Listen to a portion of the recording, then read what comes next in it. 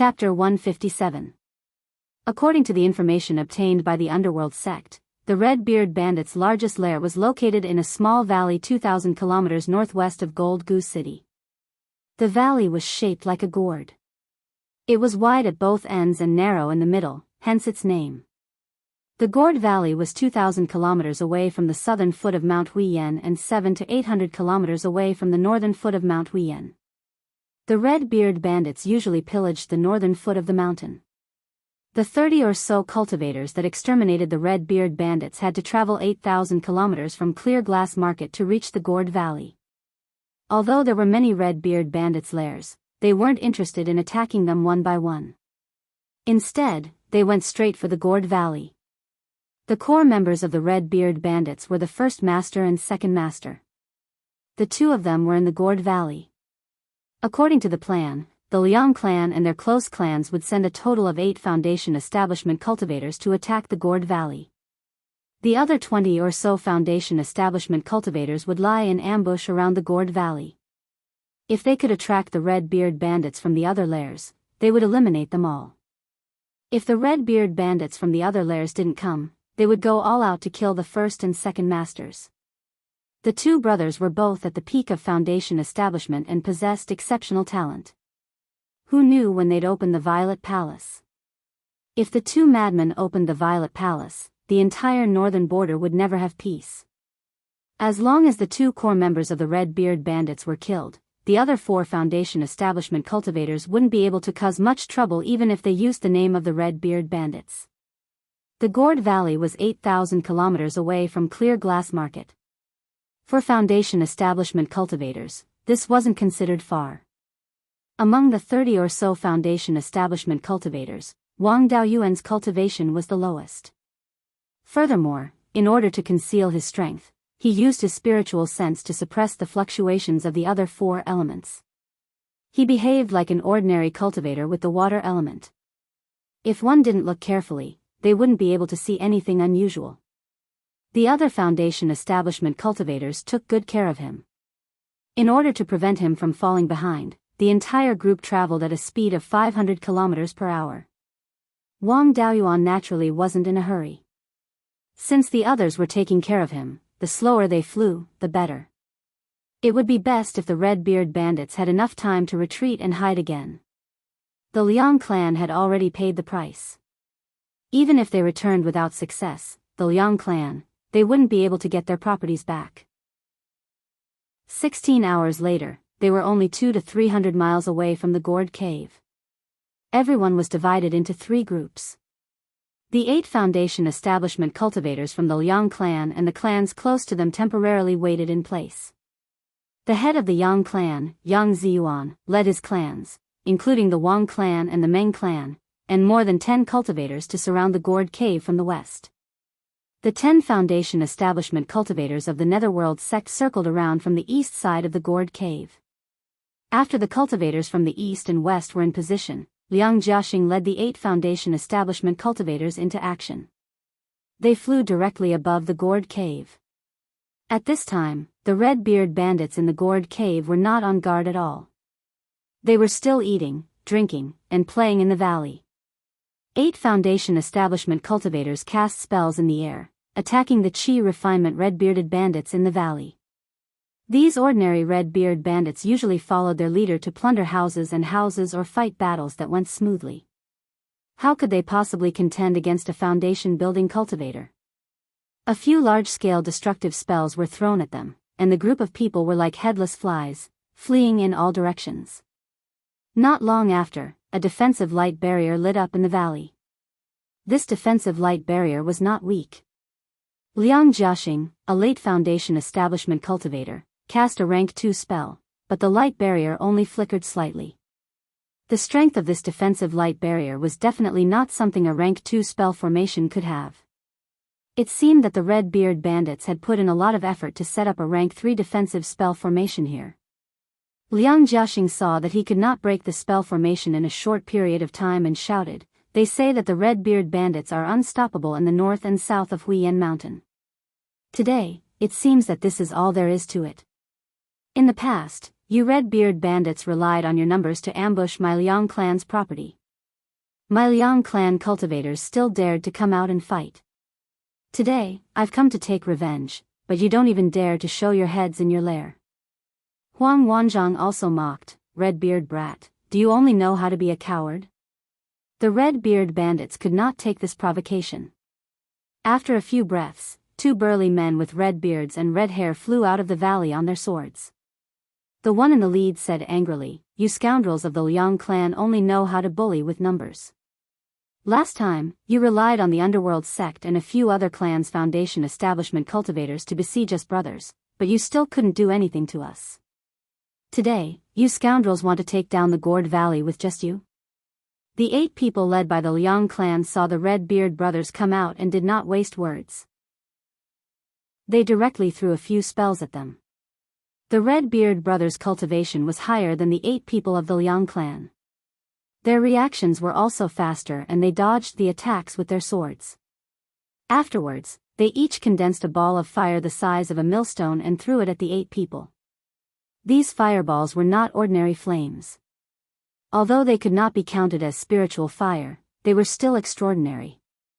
The 8 people did not dare to take them head-on and could only dodge the fireballs. The 8 people of the Liang clan did not have enough cultivation and did not have the heart to fight to the death. 8 against 2, they were actually evenly matched. The Wang clan and the others were hiding more than 20 miles away from the cliffs on both sides of the Gourd Valley. At this distance, a foundation establishment cultivator's spiritual sense would not be able to detect them. As long as there was something to hide them, they would not be discovered. The Red-beard brothers seemed to have cultivated a type of joint attack spell. When the two of them worked together, their power was multiplied by several times. The 8 people did not dare to face them directly. They could only rely on each other to restrain them and barely contend with them. The two groups were unable to determine a winner and the battle continued for 8 hours. At this moment, the Yang clan leader transmitted a voice message to the people lying in ambush, someone is coming from behind. Hide in the earth.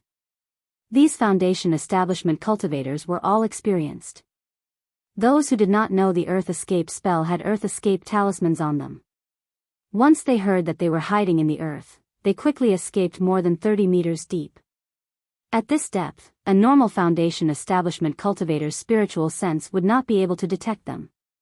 After a few minutes, 4 foundation establishment cultivators flew over them on their swords. In half a cup of tea's time, more than 300 Qi refinement red-beard bandits entered the Gourd Valley from the small paths on the north and south sides. Wang Daoyuan could not believe it. The infamous red-beard bandits, who had rampaged in the Huiyan mountain area for more than 100 years, were surrounded just like that? They were surrounded in an instant. The goal this time was to kill the foundation establishment red-beard bandits. The group did not pay attention to these Qi refinement cultivators. Now that they were here, they could kill them all in one fell swoop. Above the Gourd Valley, 4 foundation establishment cultivators joined the battle. The situation became 6 against 8. The 8 people of the Liang clan immediately became strained. Liang Zhexing shouted, everyone, Dao Yu, it's time to make a move. Yang Ziyuan took the lead and rushed out with 2 foundation establishment cultivators of the Yang clan. Wang Daoyuan wanted to continue watching the show, but since the Yang clan had made a move, he could only follow. The underworld sect's foundation establishment cultivators lying in ambush on the east side of the Gourd Valley also jumped out immediately. More than 20 people flew into the sky on their swords and surrounded the 6 red-beard bandits. The 6 red-beard bandits did not linger and directly flew down on their swords. They did not leave the defensive light barrier. Now that they suddenly fled, no one could stop them in time. They successfully fell into the formation's light barrier. After the 6 of them landed, the Great Master laughed arrogantly. If not for the fact that I was worried that you would not be able to take down the Gourd Valley and cause trouble for the other brothers, I wouldn't have bothered with you. I didn't think that you scoundrels would still be so immature. You let my brothers enter the Gourd Valley just like that. In this Gourd Valley, not to mention you foundation establishment cultivators, even if that old man Liang came personally, what could he do to me? So these 2 brothers had wasted so much time here just to put on an act. They had more than 30 foundation establishment cultivators on their side, and they really thought that these two brothers were boorish men. In the end, they had all been played. Sure enough, those who could survive in the immortal cultivation world were not fools. If they wanted to kill the Red-Beard bandits now, they would have to first take down this Tier 3 defensive formation. Chapter 158. The Liang clan's plan to defeat the Red-Beard bandits and trap the other clans wasn't something that could be thought of in a day or two. It must have been carefully planned. It was normal for the Red-Beard bandits' lair to have a formation, so the Liang clan naturally made preparations. Although the Liang clan didn't have a formation master, the Liang clan's ancestor had specially transferred a third-level formation master from the Netherworld sect to participate in this attack. An 8th-level Foundation Establishment Cultivator walked out from the Netherworld sect's 10 Foundation Establishment Cultivators. Liang Jiaxing cupped his hands towards him. Wu Daoyu, I'll have to trouble you with this formation. The cultivator surnamed Wu smiled. I wouldn't dare. I've come on Elder Liang's orders to help, so I'll naturally do my best. The cultivator surnamed Wu took out a bowl-sized black 8 trigrams disc. Under the stimulation of spiritual energy, the disc's surface flickered with light. Wang Daoyuan hadn't started studying formations yet, so he didn't understand what the light on the disc meant. However, he had pried into Qi Yun's memories, so he had some general knowledge of formations. This 8 trigrams disc was called a formation measuring disc. Under the stimulation of spiritual energy, it could sense the position of the formation's eye and the flow of spiritual energy. Generally, formations use the eye of the formation to provide spiritual energy for the formation to function. Spiritual energy flowed in a certain path between the formation eyes. As long as one could break the formation's eye or block the path of spiritual energy, the formation could be broken. However, the person who set up the formation would do everything possible to hide the formation's eye, making it very difficult for the person who broke the formation to find it. At this time, one could only rely on the formation measuring disc. However, it was impossible to find the formation's eye in a defensive formation like this one. This was because the formation's eye was hidden inside the defensive light barrier, so it couldn't be broken even if it was found. The reason the cultivator surnamed Wu took out the formation measuring disc was because he wanted to measure the direction of spiritual energy flow and use it to deduce the weak points of the defensive light barrier.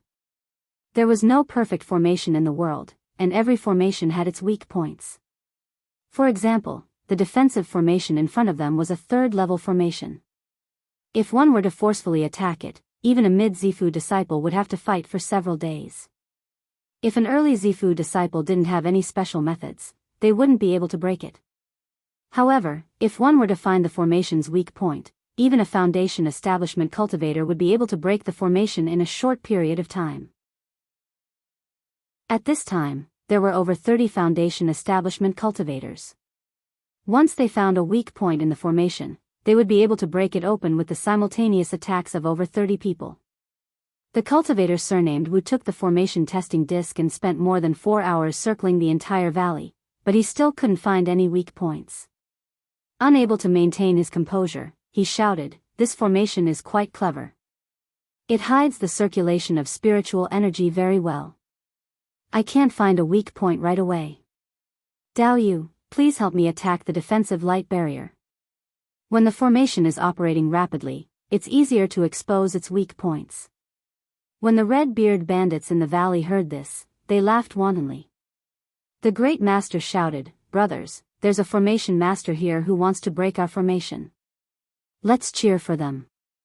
After saying that, the several hundred Red-Beard pirates roared with laughter, and the sound of drums really resounded in the gourd valley.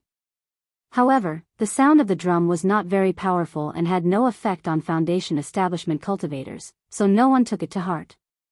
The people outside the formation controlled their flying swords to attack the defensive light shield. Wang Daoyuan infused spiritual energy into the flat wave sword. The sword gave off a blue glow, floating in front of him. He pointed his finger and the flat wave sword quickly flew in the direction he pointed. Half a breath later, the flying sword hit the light shield. The defensive light shield did not give them any face, not even a ripple.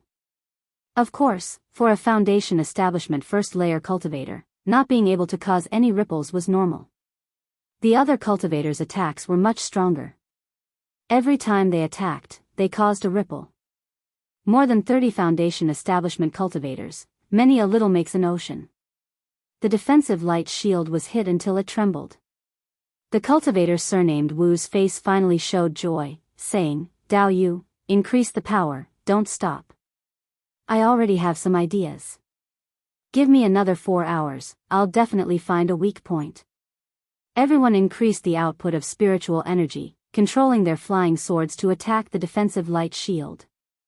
The sword control technique was quite powerful, but it consumed the least amount of spiritual energy among all the Foundation establishment cultivators' attacks. Attacking with the sword control technique for 4 hours would consume a lot of spiritual energy, but everyone could handle it. Moreover, they could rest midway to recover their spiritual energy. Attacking for 4 hours wasn't a big problem. However, in order to hide his strength, Wang Daoyuan drank scarlet blood wine several times midway to recover his spiritual energy. 4 hours later, the cultivator surnamed Wu's face was full of joy, saying, "I found a weak point in the defensive light shield. However, this weak point is constantly moving. I've already locked onto it with a formation measuring disc. All Dao Yu, come over and follow the place I'm pointing. When I call for action, attack together. Don't miss the timing." Everyone flew to where he was on their flying swords, each finding a convenient place to attack. The cultivator surnamed Wu pointed at a spot on the light shield. 10 breaths later, he shouted, "Attack." More than 30 flying swords attacked a spot the size of a wash basin at the same time. The light shield did not even flicker before it shattered. The cultivators of the Liang family laughed wantonly, as if they had already seen the red-beard bandits being killed. As for the red-beard bandits in the valley, they did not panic in the slightest when they saw the formation being broken. A few Foundation establishment cultivators even looked up to the sky and laughed. The first master waved his hand, and the chi condensation cultivators hid in the caves on both sides of the valley. From beginning to end, the beating of drums in the valley had never stopped. Everyone outside the valley had a puzzled expression. Why was the red-beard bandits even happier than they were after the defensive formation was broken? Was there something wrong with their heads? Wang Daoyuan felt that something was amiss. He transmitted his voice to the clan head. The red-beard bandits should still have a backup plan. This formation was only used to stall for time. We might have already fallen into their trap. Once there's a change, just run. Don't worry about me. If the red-beard bandits make a move, they'll target the Liang family. They won't waste the effort to chase after me. In any case, I'm not recruited by the Netherworld sect. It won't matter even if I run. I have some talismans here. Take them. When you run, you might be able to use them." Finished speaking, he secretly passed a storage pouch to the clan head. The clan head accepted the storage pouch without batting an eyelid and put it into his clothes. At this moment, in the valley, the first and second masters of the red-beard bandits each took out a horn and blew it. The horn sound was extremely loud and ear-piercing. It seemed to have the effect of attacking one's soul, causing one's head to ache slightly. Although the Liang family cultivators did not dare to fly down directly, they would not just stand by and watch. Liang Jiaxing held a handful of seeds in his hand. He circulated his spirit energy and enveloped the seeds. After the seeds landed on the ground, they grew rapidly. Hundreds of vines spread throughout the valley, attacking anyone they saw. A Foundation establishment cultivator among the red-beard bandits snorted coldly. The Liang family claimed that they didn't ambush our brothers. Back then, the person who killed our brothers used this move. Even though they had to avoid the attacks of the vines, the red-beard bandits' horn sound did not stop. Not long after, Wang Daoyuan felt a slight tremor from the ground. He scanned the surroundings with his spiritual sense but did not discover anything wrong. After 20 breaths, the tremor became even more intense. There were even low roars of beasts and the cries of demonic birds in the sky. So, the red-beard bandits had been beating the drums and blowing the horns for so long to summon demonic beasts. He did not expect the red-beard bandits to have such an ability. The spies of the Netherworld sect were practically useless. They could not even find out the enemy's strongest move, and they had the cheek to call themselves spies. Initially, they thought that the Red-Beard bandits' backup was in the gourd cave and that they could escape directly. However, now that the demonic beasts were surrounding them from all sides, whoever ran first would be surrounded and attacked. Chapter 159. 50 breaths later, the beasts appeared outside the gourd valley and surrounded the 30 foundational cultivators. There were more than 100 second-rank demonic beasts on the ground and more than 50 second-rank demonic birds in the sky. However, there were not many rank 1 demonic beasts, only a few hundred of them. There were less than 200 rank 1 demon birds. These rank 1 demonic beasts were not of much use against Foundation establishment cultivators and were only here to make up the numbers. Being surrounded by so many demonic beasts, the Liang clan cultivator who was smiling brightly earlier instantly had a bitter expression on his face. Everyone looked at the patriarch of the Yang family, Yang Ziyuan. After all, he was the leader appointed by Elder Yang. Although Liang Jiaxing didn't put him in his eyes, the only cultivators he could command were the Liang family and the array master surnamed Wu. The dozen or so people led by the Yang clan and the 9 Foundation establishment cultivators of the Netherworld sect didn't listen to him at all. Seeing that everyone was waiting for him to make a decision, Yang Ziyuan had no choice but to speak up. He pondered for a moment and said, "There are many demonic beasts and birds. There were more than 100 demonic beasts on the ground. There was no hope for them to escape from the ground. There are only about 50 second-order demon birds. When we use the art of sword flight, the demon beasts on the ground can only use a few innate spells. They won't be of much use. So, let's ride on our swords and rush out of the encirclement of the demonic beasts and demonic birds. After we get out, we'll split up and break out." "Does Dao Yu have any objections?" No one had any objections. This was the best way to break out of the encirclement. Escaping through the earth was out of the question. The closest place to the outside of the mountain was about 800 miles away. Foundation establishment cultivators couldn't possibly escape through the earth for such a long distance. Moreover, the speed of earth escape was too slow. The 2 leaders of the Red-Beard bandits were both peak-stage Foundation establishment cultivators. Even earth escape could not escape the detection of their divine senses. He couldn't run fast, and he couldn't hide. If he returned to the ground, he would be surrounded. This method wouldn't work at all. On the other hand, he only needed to face over 50 second-grade demon birds and 6 Foundation establishment red-bearded bandits if he wanted to escape from the sky. Compared to earth escape and charging on the ground, sword kinesis was the most reliable way to escape. Yang Ziyuan shouted, "Attack," and more than 30 people flew into the sky on their swords. Everyone's hands were not idle either. One after another, they cast spells to attack the rank 2 demon birds around them. Wang Daoyuan directly condensed a water dragon that was more than 200 feet long. Using 10,000 dragons emerging from the sea, he transformed it into 5 water dragons that were more than 4 feet long. A water dragon transformed into a water dragon armor to protect himself. The other 4 water dragons circled around the demonic birds that had come to stop them. The patriarch beside him also used the same method, but the water dragon he condensed was more than 300 feet long.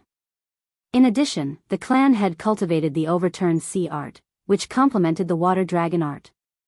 Its prowess was much greater. These demonic birds were also circling around in the air. The 30 or so Foundation establishment cultivators were trying to break through the encirclement in one direction. There were only a dozen or so demonic birds that could stop them immediately. The demonic beasts on the ground could only use long-range innate spells. However, for Foundation establishment cultivators who used sword kinesis flight, it was not much of a threat. Faced with the sudden attack of more than 30 Foundation establishment cultivators, the dozen or so demon birds were completely defenseless. After a few breaths of time, more than 30 people rushed out and killed 4 or 5 demonic birds. Inside the gourd valley, the sound of horns and drums continued as the demonic beasts chased after them. Apart from the first and second masters of the Red-Beard bandits, the other 4 Foundation establishment cultivators chased after them as well. The 30 or so Foundation establishment cultivators broke through the encirclement in the southeast direction. After breaking through the encirclement, they gradually spread out. Wang Daoyuan followed the clan head and fled in the south direction. After separating from the other Foundation establishment cultivators, Wang Daoyuan no longer had to hide. He no longer suppressed his spirit energy fluctuations with his spirit consciousness. Putting away his smooth wave sword, he switched to his wind shock sword. In order not to be caught by the demonic birds, he used sword kinesis flight with all his might. His speed was much faster than usual and could reach approximately 1,700 to 1,800 kilometers per hour. However, his spirit energy consumption was huge as well.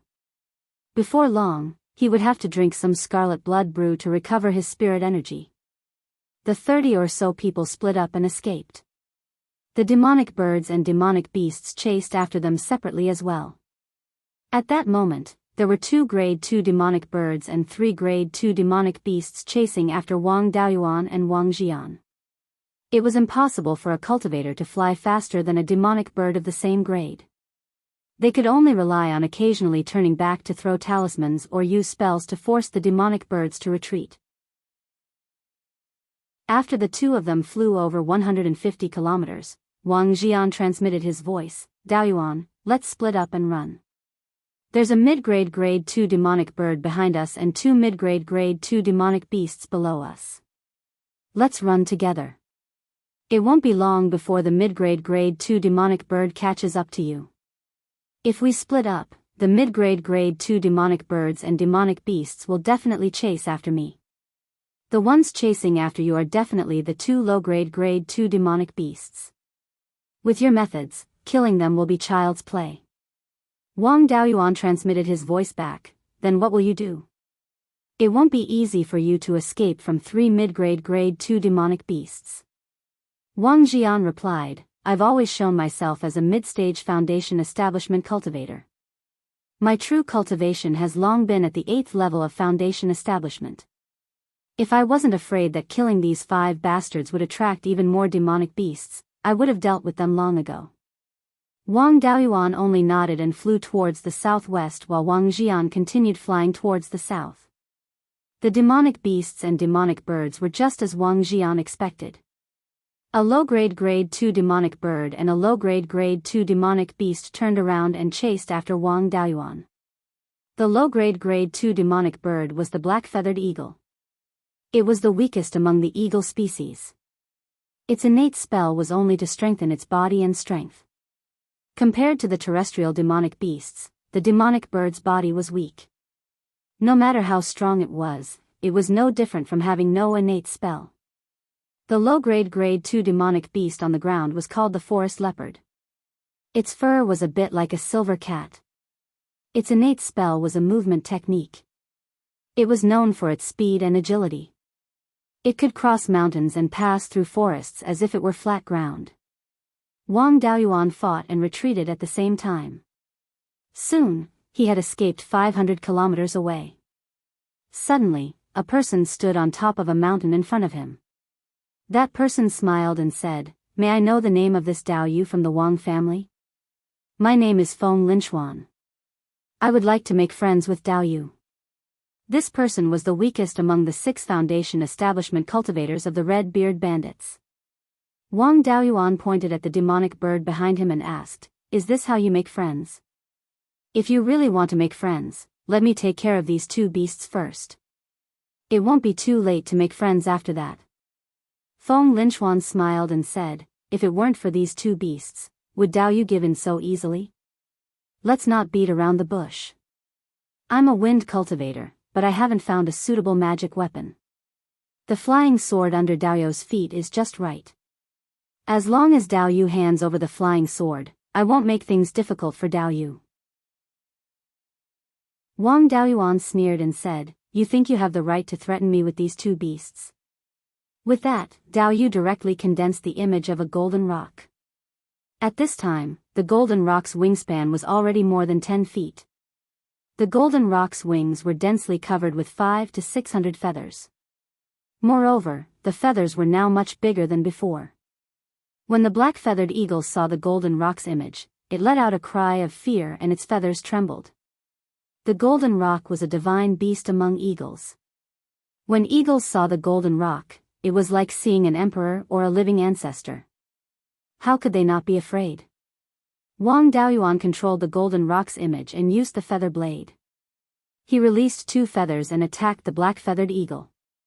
These 2 feathers were extremely fast. Before the black-feathered eagle could react, the feathers pierced through its heart. After letting out a cry, it fell from the sky. The power of this feather was already comparable to a low-grade level 2 golden saber talisman. However, the spiritual power consumption was only about 70% of the golden saber technique. The flying forest leopard below was very clever. When it saw the black-feathered eagle was killed, it turned around and ran. In less than 2 breaths, it disappeared into the forest. Chapter 160. Wang Daoyuan still had to face Feng Linchuan, so there was no point in killing this big cat, so he let it go. He turned to Feng Linchuan and asked with a smile, "I've long heard that wind cultivators are known for their speed and agility. Especially the wind escape technique, its speed is second only to the thunder escape technique, and its agility is far greater than the thunder escape technique. How does it compare to my golden rock feather? There are still more than 500 feathers on my golden rock phantom. Daoyu, do you want to give it a try?" Feng Linchuan still looked confident and said with a smile, "Daoyu's Dharma spell is very advanced. It should be the work of a golden core senior. If fellow Daoist was at the 3rd level of foundation establishment like me, I wouldn't even have the time to escape. I definitely wouldn't dare to fight against you. Unfortunately, Daoyu is only a 1st level foundation establishment cultivator. Such a powerful Dharma spell must consume a lot of energy. I wonder how long Daoyu can last. As I said before, as long as you hand over your flying sword, I won't make things difficult for Daoyu." Wang Daoyuan didn't answer and directly used the feather blade. 2 golden feathers flew towards Feng Linchuan. However, the 2 were dozens of feet apart. No matter how fast the feathers were, it would take some time to reach them. This time was enough for Feng Linchuan to use the wind escape technique. Feng Linchuan easily dodged the attack. The 2 feathers hit a wash basin-sized rock and cut it in half. Wang Daoyuan attacked a few more times, but all of them were dodged. He didn't dare to get close. Otherwise, it wouldn't be fun if the enemy's wind escape technique closed in. Who knew if this Feng Linchuan had any powerful attacks? If this continued, he was confident that he could take down his opponent. However, this place wasn't far from the Gourd Valley. Enemies could come at any time. It wasn't a good idea to continue fighting like this. After thinking for a while, he changed directions and left the mountain. No matter how powerful Feng Linchuan's wind escape technique was, it could only be used on the ground. Cultivators below the Golden Core realm couldn't fly. Although some escape techniques could allow one to fly for a short time, such as Shizhenbang's meteor escape technique. But it was definitely not as flexible as on the ground. Now that he had changed directions, Feng Linchuan would either have to give up the chase or fly on his sword. While flying on the sword, he couldn't use any escape techniques, so his agility was greatly reduced. As long as Feng Linchuan dared to chase after him, he would be a live target in the air. Feng Linchuan hesitated for a moment, but still decided to chase after him on his sword. The flying sword beneath his feet was only a 2nd-tier low-grade sword. Furthermore, from the looks of it, the material of the sword wasn't that great. It couldn't be compared to the wind-shocking sword at all. There were very few cultivators with the 3 main attributes of ice, wind, and lightning. Naturally, there weren't many magic tools. It was very difficult for cultivators with mutated spiritual roots to come across a suitable magic tool. In the sect, cultivators with mutated spiritual roots were considered treasures, and it was not difficult to customize a magic weapon. But this Feng Linchuan was a rogue cultivator and a notorious red-beard bandit. Where would he find a suitable magic tool? Even if a weapon refiner was willing to refine a Dharma artifact for him, he still had to worry whether the other party was using the Dharma artifact as bait to take the opportunity to capture him in exchange for the bounty. Thus, it wasn't strange that he had designs on the shocking wind sword. When Wang Daoyuan saw that he was chasing after him, he didn't hold back and directly threw 3 feathers behind him. Feng Linchuan hurriedly dodged, but he couldn't use the wind escape technique in the air, so his agility was greatly reduced. Although he tried his best to dodge, his arm was still grazed by a feather. He didn't dare to follow too closely, so he had to keep a distance of 300 meters. He just followed behind without making a move. Wang Daoyuan sneered, "Dao Yu wants to steal my magic tool, but why don't you dare to come forward? How about I let you take back the Golden Rock's phantom, and then we can fight?" Feng Linchuan was unmoved and didn't move forward. He just kept a distance of 300 meters and followed behind. At this distance, the Golden Rock's feather blades were almost useless. If he continued to maintain the Golden Rock's phantom, it would only be a waste of spiritual energy. He took back the Golden Rock's phantom, then changed direction and drove the flying sword with all his strength, heading straight for the Golden Goose City. At this time, Feng Linchuan was a little anxious. Once Wang Daoyuan entered the Golden Goose City, it would be completely impossible for him to seize the flying sword. Not only was there a Violet Palace Realm cultivator guarding the Golden Goose City, there were also more than 20 Foundation Establishment Realm cultivators. In addition, there were large magic tools for guarding the city and all kinds of array formations. Even a Violet Palace Realm cultivator wouldn't be able to do anything, let alone an early-stage Foundation Establishment Realm cultivator. Feng Linchuan also sped up and chased after Wang Daoyuan. After all, his cultivation was 2 levels higher than Wang Daoyuan, so he was slightly faster than Wang Daoyuan when he used all his strength to drive the flying sword under his feet. When the two were only 300 meters apart, Feng Linchuan used the wind sword technique and condensed a long sword with wind spiritual energy and stabbed at Wang Daoyuan. Wang Daoyuan was already prepared, and he already held the 5-dragon soul chasing whip in his hand. His divine sense had already locked onto the opponent, so Feng Linchuan's every move couldn't be hidden from him. He turned around and lashed out with the whip, and the tip of the whip directly shattered the long sword formed by the wind sword technique. Then, a stream of energy shot out from the tip of the whip and went straight for Feng Linchuan's face.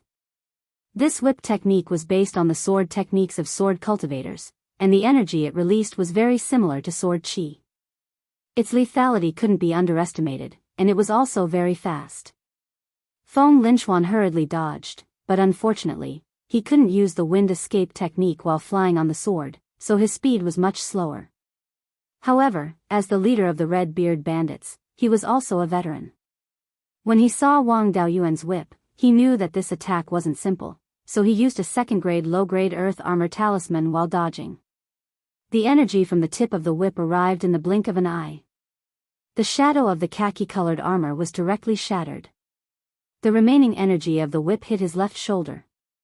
Fortunately, he was protected by the defensive spiritual armor, so the energy couldn't penetrate it. He only felt that his left shoulder was punched, and it hurt a little, but it wasn't serious. However, Wang Daoyuan's whip really scared him. It broke 2 second-grade spells and was still able to injure him. He didn't dare to continue fighting, so he turned around and tried to escape. Wang Daoyuan had been chased for a long time, and it wasn't easy for him to suppress his opponent. Feng Linchuan wanted to run, but how could Wang Daoyuan let him do as he wished? He also turned around and chased after him. Before he reached the Foundation Establishment Realm, he could already release a whip in half a breath, so there was no problem for him now. Due to the characteristics of soft weapons, the attack speed couldn't be increased infinitely. 3 whips in a breath was already the limit. Even so, this speed was enough to make most opponents unable to resist. For example, Feng Linchuan was already beaten silly. He had also cast spells many times to counterattack, but the usually powerful wind attribute spells had become weak in front of Wang Daoyuan's whip. Fortunately, his defensive spiritual armor wasn't low grade, and it was still intact after taking a few whips from Wang Daoyuan. However, he was shaken by the remaining force of the whip and spat out a few mouthfuls of blood. Flying on the sword, the two's speed was about the same, so there was no way to increase the distance between them. Moreover, he had to constantly use spells, so he couldn't escape at all. Otherwise, he would be treated as a live target by Wang Daoyuan.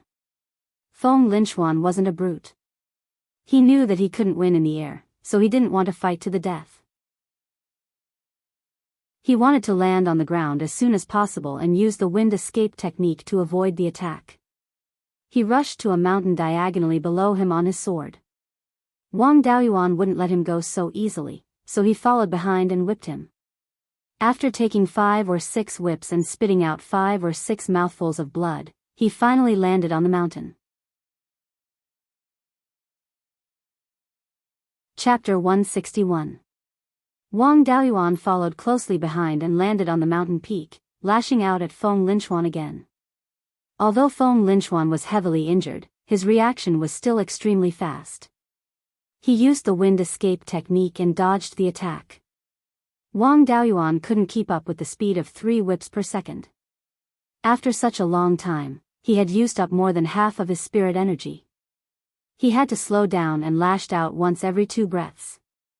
Seeing Feng Linchuan's fatigue, Feng Linchuan felt that his chance had come. Taking advantage of the gap, he used wind escape to rush over and kill him in one blow. Wang Daoyuan's divine sense had been watching him, so how could he let him succeed? He used cloud escape to dodge the sneak attack. He even turned around and lashed out at him. Feng Linchuan didn't make any defensive preparations and took the whip head-on, flying 10 meters away. Before he recovered, Wang Daoyuan took out a jar of 100-year scarlet blood wine and drank a few mouthfuls. After refining it a bit, his spirit energy recovered to 70 to 80%. This made Feng Linchuan, who wanted to rely on his cultivation and spirit energy to win, lose confidence. After drinking a few mouthfuls, he recovered more than half of his spirit energy. That jar of wine was enough to exhaust him to death several times. He no longer had any hope of winning and took out a few middle-grade level 2 spirit talismans, saying, "I'm not good enough and I'm not Daoyu's match. But I still have a few middle-grade level 2 spirit talismans. If we really fight, it's hard to say who will win." Wang Daoyuan took out a stack of middle-grade level 2 spirit talismans and asked sincerely, "Is this the spirit talisman Daoyu is talking about?" Feng Linchuan was naturally knowledgeable. With a sweep of his divine sense, he knew that the 50 to 60 spirit talismans in Wang Daoyuan's hand were real. His face turned ashen. His trump cards were like cabbages to Feng Linchuan. What was there to fight about? After a while, he sighed, saying, "I overestimated myself. If you want to kill me, do as you please." Wang Daoyuan laughed and said, "My Wang family has always minded our own business. Why would I want to kill Daoyu? This time, I participated in the encirclement of your side because I was forced by the Liang family and had no choice. From the beginning to the end, the cultivators of my Wang clan have not killed a single one of you. The Wang family has no intention of becoming enemies with you, so please do not invade our Wang family's property. Of course, if you insist on starting a war with my Wang clan will naturally accompany you." Only his own family knew that he had disguised himself as a Liang clan cultivator and killed the Red-Beard bandits. Things that outsiders didn't know about could be treated as if they had never happened. With that, he took out a pill bottle and tossed it to Daoyu. "Here are 10 second-grade rejuvenation pills, enough to heal Daoyu. As for this shocking wind sword, I only use it as a means of transportation. If Daoyu wanted it, there was no harm in giving it to Daoyu. However, this is something left behind by my ancestor, and as a descendant, I dare not give it away so easily. Please forgive me, Daoyu." Feng Linchuan had thought that he would die for sure, but not only did he not die, he even received a bottle of pills. He was overjoyed. Daoyu is too serious. This time, I was greedy and took the initiative to cause trouble for Daoyu. If it wasn't for Daoyu's magnanimity, I would already be dead. I can't repay you for not killing me. When I return to the Gourd Valley, I will advise my brothers not to become enemies with the Wang family. Wang Daoyuan cupped his hands. Then I will have to trouble Daoyu. I will take my leave. With that, he flew towards Gold Goose City. After resolving his conflict with Feng Linchuan, Wang Daoyuan finally let out a sigh of relief. If he couldn't resolve this matter and the Red-Beard bandits became enemies with his family, he wouldn't be able to survive. All of his family's properties to the north of Jade Spring Peak would be gone. Even if those properties were gone, the Wang family wouldn't suffer a great loss. However, the family's path to the elemental mystery realm would be cut off, and they wouldn't be able to move ordinary family members there. It would be best if they could resolve this matter peacefully. The Liang family should face the Red-Beard bandits themselves. After flying for dozens of miles, Wang Daoyuan sent a message to the family head, telling him that he was safe and asked if he was safe. The family head replied that he had arrived at Gold Goose City safely. Wang Daoyuan felt relieved and was no longer in a hurry to travel. At this time, it had been 4 to 6 hours since they left the Gourd Valley. The cultivators who broke out of the encirclement should have escaped to the south of Mount Huiyan.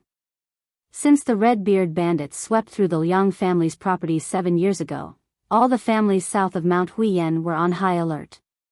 Once the Red-Beard bandits came to the south of the mountain, all the families would unite to fight against them. Therefore, the Red-Beard bandits didn't dare to openly cause trouble in the south of the mountain. The cultivators who broke out of the encirclement would be safe once they reached the south of the mountain. Wang Daoyuan followed the southern foot of Mount Huiyan and headed east. After flying for a few hundred miles, he suddenly heard the sound of fighting coming from behind a small mountain in front of him. He flew over to check what was going on and saw 3 blue-eyed azure wolves attacking an old cultivator.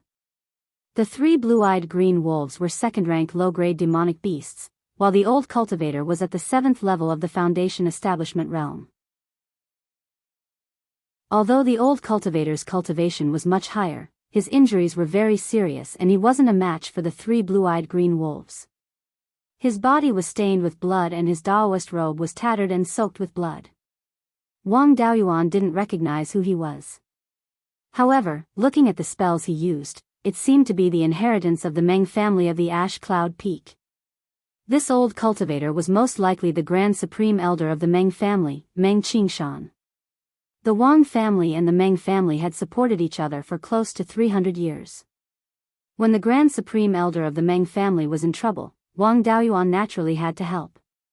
He flew towards the 3 blue-eyed green wolves with the 5-dragon soul-chasing whip in his hand. With the 5 elements whip in his hand, he directly smashed the head of one of the blue-eyed green wolves. The remaining force of the whip hit the stone under the wolf's feet, causing countless fragments to fly.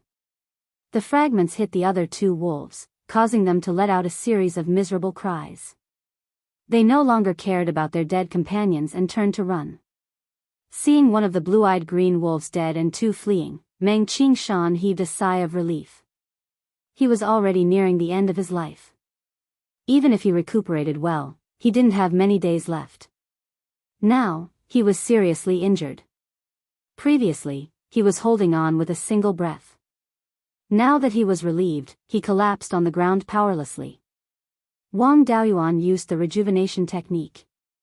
His wood attribute spiritual energy had vitality, so the effect of using the rejuvenation technique was quite good. However, for someone like Meng Qingshan who was at the end of his life, he could only let him live a little longer. Meng Qingshan regained some spirit and looked at Wang Daoyuan, saying, "Little friend Wang, thank you for saving my life. However, my time is up, so I'm afraid I've wasted little friend's spiritual energy in vain. While I can still speak, I have some last words. I'll have to trouble little friend to help me pass them on to Meng Changfeng. Although I've already explained the important matters before coming here, I'm still worried." Wang Daoyuan took out an image recording pearl, saying, "Senior Meng, if you have something to say, please say it." This image recording pearl can record both images and sound. I'll pass this image recording pearl to Meng Changfeng and Dao Yu. Saying this, he used his divine sense to activate the image recording pearl and walked into the distance. Meng Qingshan thanked Wang Daoyuan, then began to carefully explain some details, as well as his worry about Meng Changfeng taking over the family so early. Finally, Meng Qingshan said, "Changfeng, although your cultivation talent isn't bad, your ability to take the helm can only be considered average. You lack foresight and are easily confused by the benefits in front of you." The rise of the Wang and Yang families is already set. the Liang family will find it difficult to compete with them. The Meng family has been friends with the Wang and Yang families for nearly 300 years. If we follow the two families, the Meng family can rely on the legacy of our ancestors to rise again. If we board the wrong boat, I'm afraid the family will be ruined in your hands. This old man won't be able to die in peace."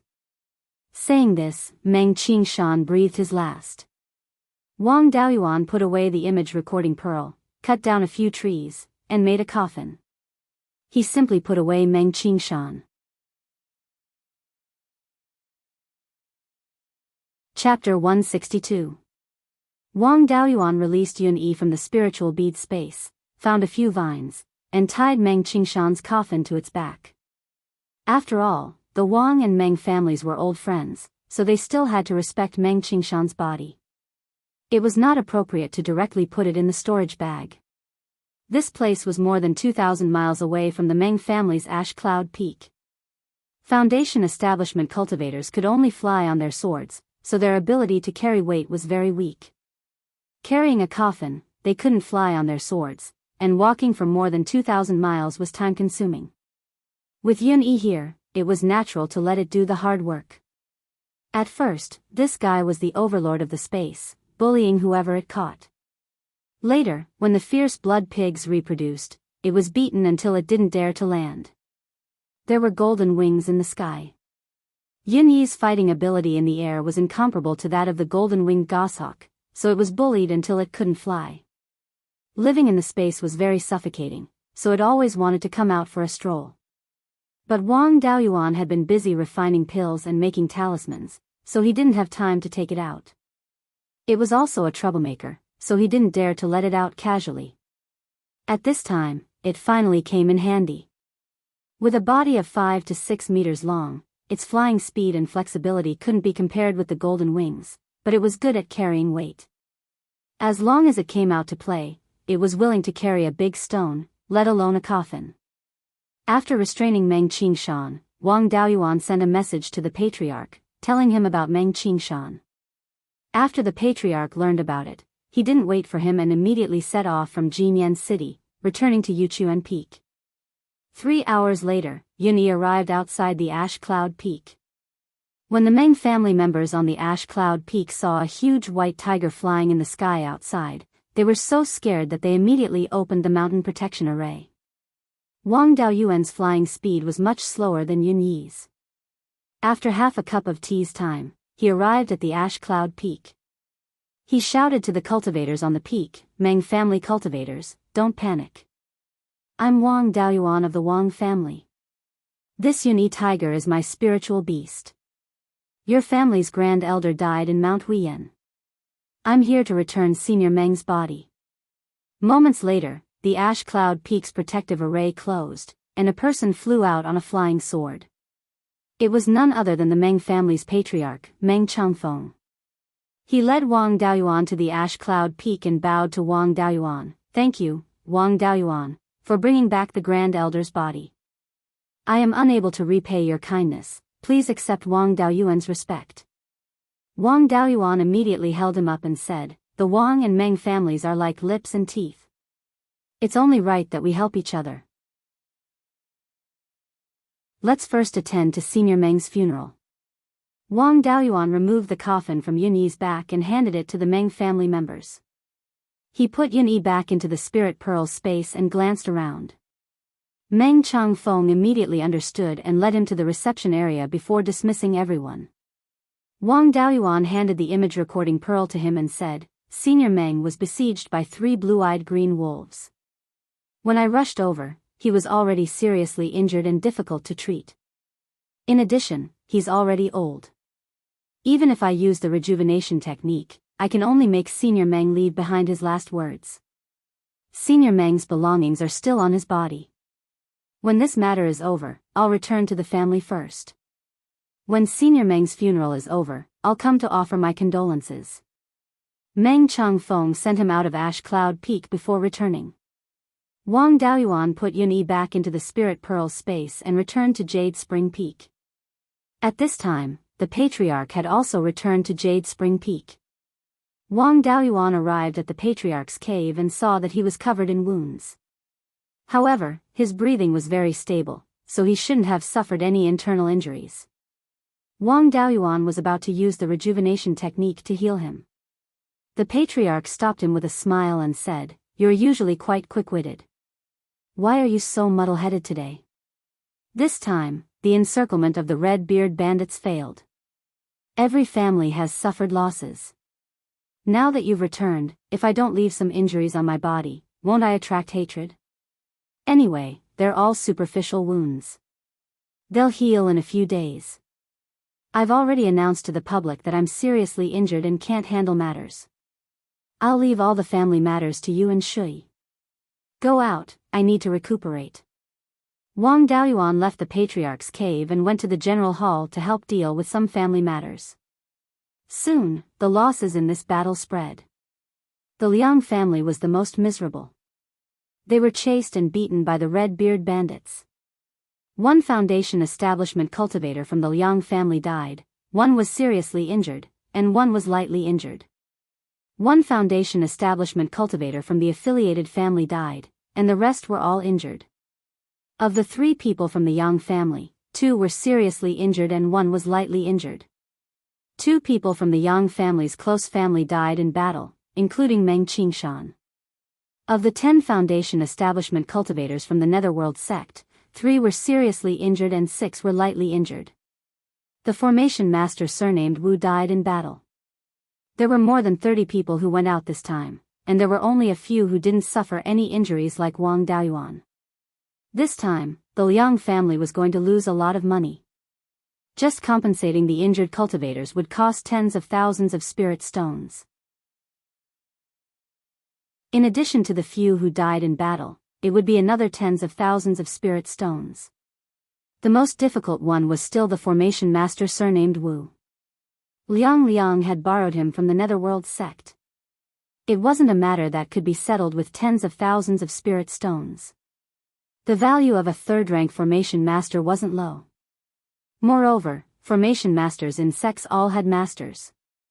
How could a third-rank formation master's master have a low status? This time, Liang wouldn't be able to report back to the Netherworld sect. However, the Liang family didn't gain nothing this time.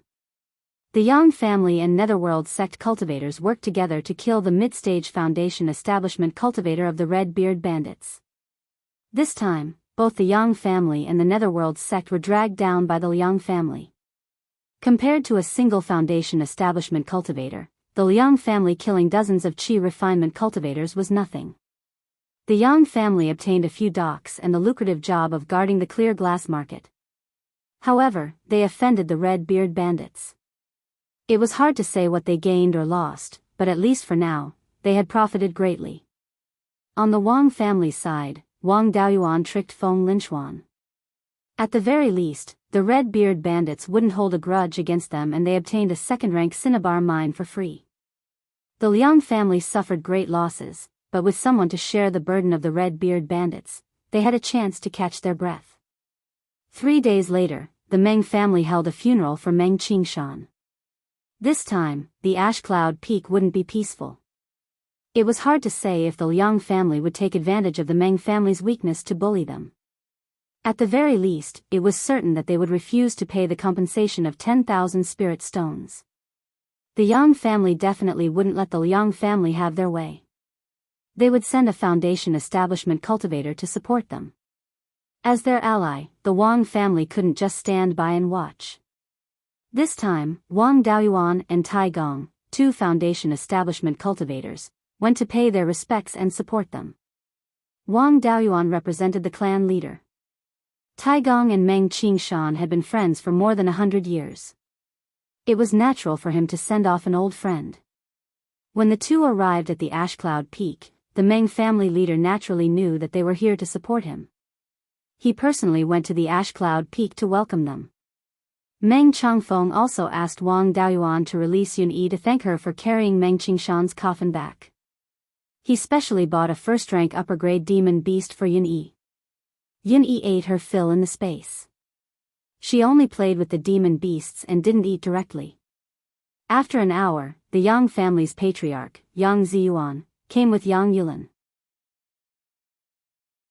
At this time, Yang Yulan had successfully built his foundation. After bowing to the Meng family's patriarch, he ran to catch up with Wang Daoyuan. Not long after, the Liang family's patriarch arrived with 5 foundation establishment cultivators. How were they here to pay their respects? They were simply here to fight. After the 6 foundation establishment cultivators from the Liang family arrived at the Ash Cloud Peak, they ignored Meng Changfeng and didn't bow to the deceased. They directly released their auras to pressure Meng Changfeng. Meng Changfeng only had 5 foundation establishment cultivators, and 3 of them were early-stage foundation establishment cultivators. They were at a disadvantage in terms of aura. Yunyi was using its claws to tease the first-rank upper-grade demon beast when it felt someone pressuring it with their aura. It stood up and roared angrily. Even though its cultivation was low, its bloodline was still that of a grade 2 high-tier demonic beast. On top of that, it had a massive body and a resounding roar. Apart from Wang Daoyuan, the other foundation establishment cultivators present were stunned. Chapter 163. When Yunyi saw that the Liang clan had ill intentions towards its master, it walked behind Wang Daoyuan and stared at them with its tiger-like eyes. It was about 50 to 60 feet long. When it stood up, its head was about 20 feet tall, which was about the height of 4 strong men combined. Even 8 to 10 cultivators of the same level couldn't suppress its aura. It even purposely opened its mouth halfway, revealing its 1-foot-long canine teeth and licking its mouth from time to time. If a battle really broke out at such a close distance, even a mid-stage foundation establishment cultivator could be killed by Yunyi in an instant if they didn't have a high-level escape technique. Seeing that he couldn't take advantage of it, Liang Jiaxing snorted and said, "How can an animal be so impudent in Daoyu's morning hall?" Wang Daoyuan smiled and said, "The animal is rude. Seniors, please excuse us." The people behind Liang Jiaxing were a little embarrassed. They came to pay their respects, but they didn't pay their respects to the deceased's family and directly used their aura to suppress them. They were the most rude ones. As the head of the Meng clan, Meng Changfeng naturally didn't want to make things too tense. If a fight broke out, the Meng clan would be the one to suffer the most. He came out to smooth things over and said, "This tiger Yunyi carried the body of the Grand Supreme Elder back. I asked Dao Yu to release it and use a demonic beast to thank it. I hope seniors and Dao Yu can forgive me for my rudeness." He asked Wang Daoyuan to release Yunyi because he wanted to use Yunyi's might to intimidate the Liang clan. Of course, he couldn't say this out loud. Wang Daoyuan also knew what he meant, but since he came to help, he would help until the end. Yunyi was also quite happy to receive an appearance fee. Liang Jiaxing also stopped pestering Yunyi and asked Meng Changfeng, "How did Dao Yu pass away?" Meng Changfeng answered, in reply to Senior Liang, "After the Grand Supreme Elder broke out of the encirclement, he was chased by 3 blue-eyed wolves. When he was seriously injured, he was saved by King Dao Yu. He passed away after leaving behind his last words." Liang Jiaxing turned to Wang Daoyuan and asked, "Little friend Wang, do you have proof that Dao Yu was killed by the blue-eyed green wolf?" Wang Daoyuan knew that Liang Daoyu wanted to renege on the debt, so he didn't waste time talking nonsense with him. He directly blocked his words and asked, "Liang Daoyu, are you trying to renege on the debt?" Not to mention that Senior Meng was killed by demonic beasts in response to the Liang clan's call. Even if you follow the Liang clan into the mountains and directly pass away, the Liang clan will not be able to renege on the 10,000 spirit stones. Liang Jiaxing was choked by his words, but he couldn't lower himself to bicker with someone who was more than 100 years younger than him. He could only explain, "I just want to ask about the cause of Dao Yu's death." Wang Daoyuan sneered, "Senior Meng hasn't been buried yet. Liang Daoyu can go and see for yourself. Liang Daoyu can't even see the wounds caused by demonic beasts, right?" Meng Changfeng led everyone inside to pay respects to Meng Qingshan's remains. Although the Meng clan had already changed Meng Qingshan into clean clothes, they still couldn't cover the wounds on his neck and hands. It was obvious that they were caused by demonic beasts. Just the exposed wounds could be fatal, not to mention that Meng Qingshan wasn't far from the end of his life. Meng Qingshan's death at the hands of demonic beasts could be said to be conclusive evidence. Liang Jiaxing was still self-aware. Previously, he used his aura to suppress others, but in the end, he suffered a crushing defeat.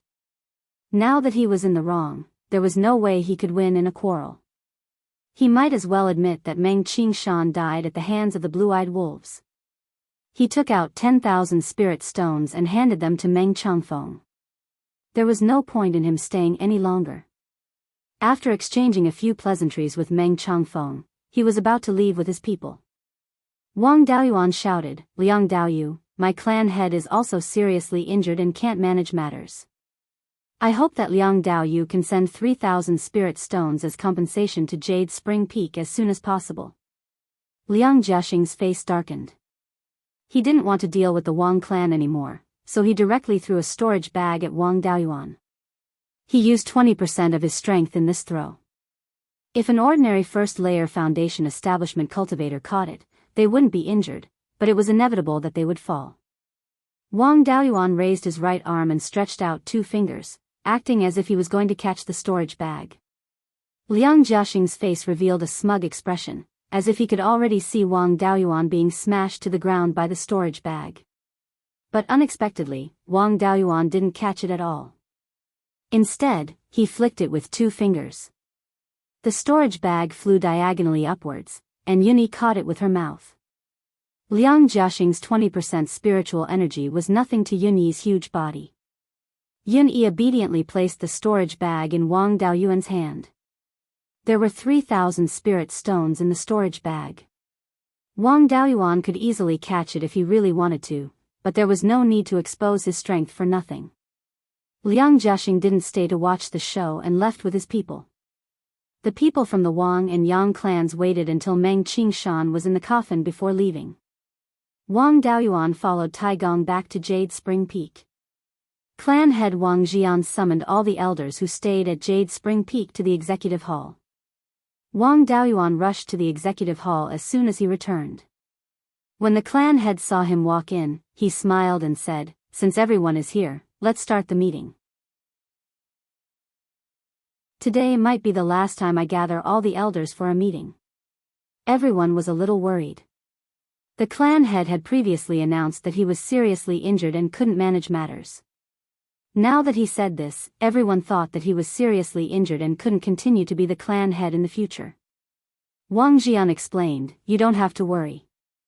I only suffered superficial wounds before, and I've already recovered. This time, it's not a bad thing that I want to give up the position of clan head. I feel that my cultivation is about to break through to the 9th level of foundation establishment. In the future, I will focus on cultivation and strive to reach the peak of foundation establishment as soon as possible and try to open the Purple Palace." The peak of foundation establishment was also considered the 9th level of foundation establishment. However, just breaking through to the 9th level of foundation establishment definitely couldn't open the Purple Palace immediately. It still needed to accumulate.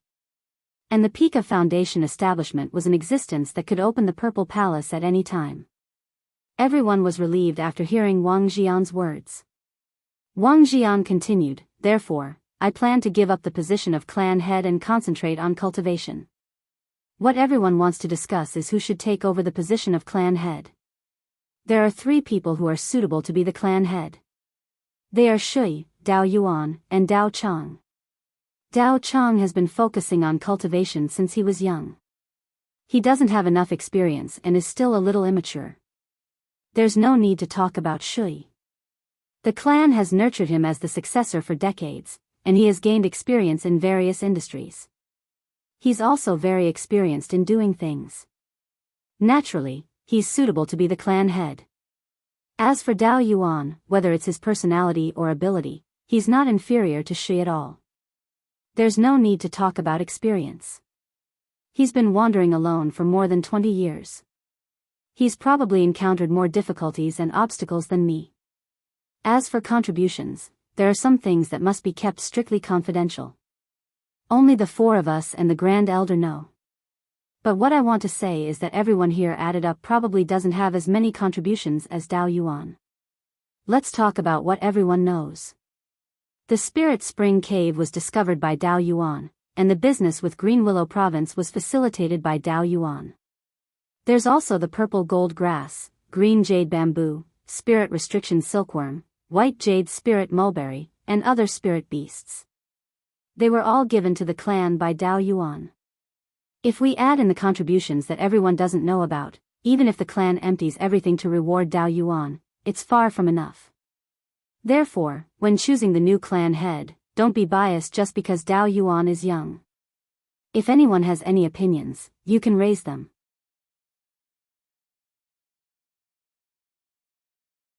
Chapter 164. Wang Daoyuan didn't want to be the patriarch. Although the family's affairs were all managed by the great elder, the patriarch didn't have much to manage. However, most of the family's affairs required the patriarch to personally decide. From the relationship with other families to the work that each family member had to do, the patriarch had to know everything. Otherwise, if he made a wrong decision, the entire family would be unlucky. He cultivated the 5 spirit immortal art and would need to spend a lot of time looking for the other 3 types of spirit fire. After becoming the patriarch, he would have a lot of affairs to deal with and wouldn't be able to go out for a long time. Therefore, it was best for someone else to be the patriarch and for him to come up with ideas. Therefore, after the patriarch finished speaking, he immediately said, "Patriarch, don't bring me along. I don't want to be the patriarch. It's better to let the 12th uncle be the patriarch. My strength is in finding spirit objects. If I become the patriarch, there will be a lot of affairs waiting for me all day. How can I search for spirit objects? There's also a secret that I've been hiding from everyone. In addition to being a second-rank middle-grade spirit talisman master, I'm also a second-rank high-grade alchemist. Where would I find the time to manage the family's affairs?" As soon as these words came out, before anyone could react, 7th Uncle Wang Shouhong stood up excitedly and asked, "Is this true? Are you really a second-rank high-grade alchemist?" Wang Daoyuan smiled but didn't answer. He directly took out a stalk of dew congealing grass that he had harvested and stored for a long time. In his hand, he condensed a ball of flame with fire attribute spirit energy and roasted the dew congealing grass to extract its essence. After a few dozen breaths, the dew congealing grass turned into a pile of ashes. Wang Daoyuan's hand had an additional ball of transparent liquid the size of a longan. It was the essence of the dew congealing grass. He smiled at Wang Shouhong and said, "7th Uncle, do you think my skills are okay? If you still don't believe me, I can refine a furnace of essence condensing pills with my bare hands." Wang Shouhong shook his head and said with a bitter smile, "No need. Just this method of extracting the essence is much better than mine. He's at least a second-rank middle-grade alchemist. In addition, he doesn't use an alchemy furnace and extracts the essence of spirit herbs with his bare hands. His level is even higher. He should be a second-rank high-grade alchemist." The other elders were laymen in the field of alchemy, so they couldn't tell whether it was good or bad. Since Wang Shouhong, an alchemist, said it was amazing, then it was really amazing. The patriarch thought for a long time and said, "I thought that since you have made such a great contribution, when you become the patriarch, everything in the clan will be handed over to you. You can take whatever you want. Since you don't want it, then I'll have to properly count your contributions. Before I abdicate, I'll make one final decision. You'll get 30% of the benefits from your contributions to the family. This is what you should be given according to the family rules. For those that need to be kept secret, half of the profits will go to you. Whether you want it or not, the family will keep it for you.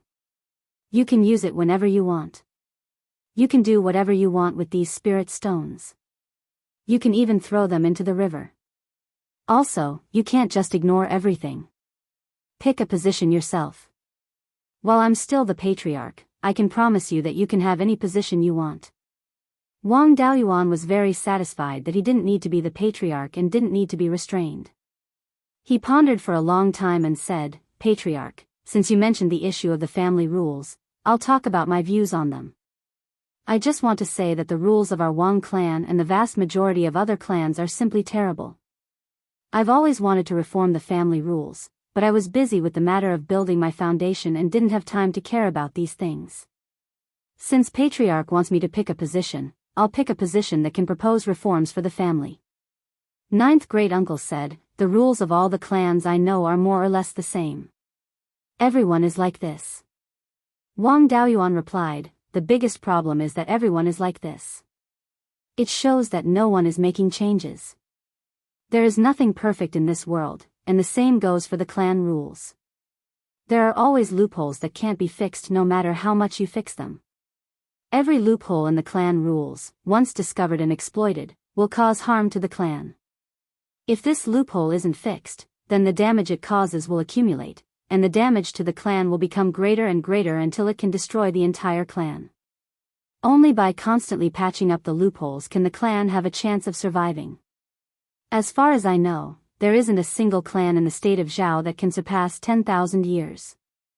Even in the whole of Beiyuan Shouxian, there isn't a clan with 10,000 years of history. There are very few clans with more than 1,000 years of history. Most of the clans are gone in a few hundred years. One or two clans can be said to be an accident, but if all the clans are like this, then all the clans have made similar mistakes. This similar mistake is the clan rules. The patriarch nodded and said, since you want this position, then I'll give it to you. I'll appoint you as the reform elder. In the future, you'll be in charge of changing the clan rules. Since Dao Yuan isn't willing to be the patriarch, then Shui will be. Dao Yuan, tell us roughly how to change it. According to you, the clan rules are related to the life and death of the clan.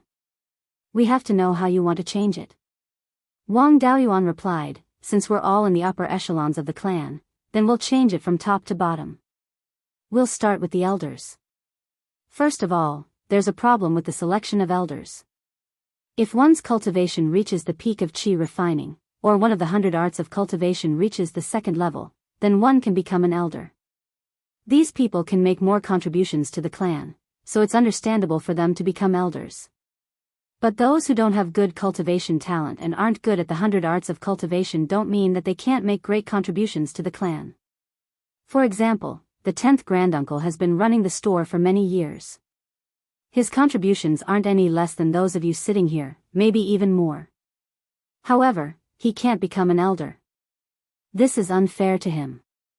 Therefore, I feel that when promoting an elder, we can't just look at the cultivation level and the 100 arts of cultivation, but also at the actual contribution. If you're a good shopkeeper, you can also become an elder. Everyone nodded. What he said was indeed reasonable. In the hundreds of years of the clan's history, there were more than one or two people like Wang Zhihe. They had devoted their whole lives to the clan and made greater contributions than many elders, but they didn't have the chance to become an elder. This was unfair to them. Seeing that everyone agreed, Wang Daoyuan continued, also, the authority of each elder must be changed. The current situation is that most of the clan's affairs are placed on the first elder and the patriarch. If the other elders have something to do, they can just send it to the first elder. Then, the patriarch makes decisions and the first elder executes them. The patriarch and the first elder have endless work to do, while the other elders have nothing to do. Therefore, my suggestion is to classify the clan's affairs.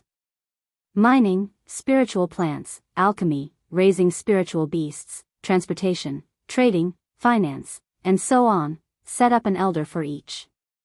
Under each elder, set up a few stewards. Of course, it's more or less like this now, but the authority of the elders and stewards can't be separated. In the future, the daily affairs of all aspects will be decided by the elders and executed by the stewards. The first elder will be directly in charge of the elders and stewards. If they do well, the first elder will reward them. If they don't, the first elder will punish them. The first elder will also be in charge of the appointment and dismissal of personnel. The appointment and dismissal of each steward position will be decided by the first elder and the elders directly under the stewards. The major affairs will be decided by the patriarch and the elders after discussion. If there's a big disagreement, the patriarch will make the final decision. The patriarch has the highest authority to appoint, dismiss, reward, and punish. He has the right to overturn the decisions of the first elder and the elders.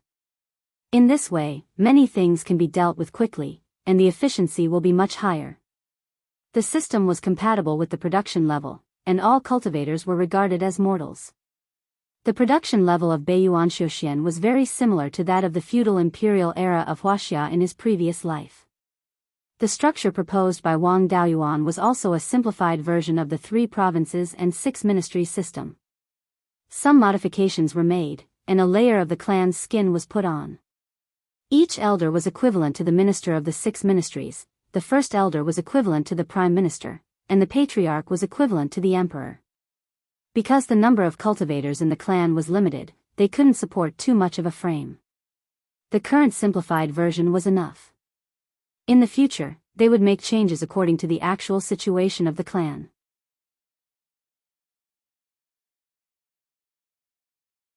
Chapter 165. Since no one objected, Wang Daoyuan continued, in addition to dividing the elders' authority, we also need to classify the elders. If the elders want to manage the family's affairs, they need to have strong management skills. This is not something that every elder has. For example, second brother has reached the peak of Qi disciple and has become a family elder.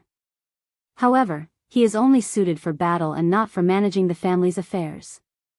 This kind of elder is an honorary elder and has the treatment and status of an elder. They can also participate in the family's decisions, but they can't manage the various affairs. An honorary elder can also be a steward under other elders and have the treatment of both an elder and a steward. This is also my next suggestion. The treatment is divided into 2 types. One is the treatment of a title and the other is the treatment of authority. Take second brother as an example. He is an elder and enjoys the treatment of an elder. However, he doesn't manage the various affairs, so he doesn't have the authority and treatment of an elder. If he manages a mine, he will have the treatment of a mine manager. There are so many changes regarding the elders.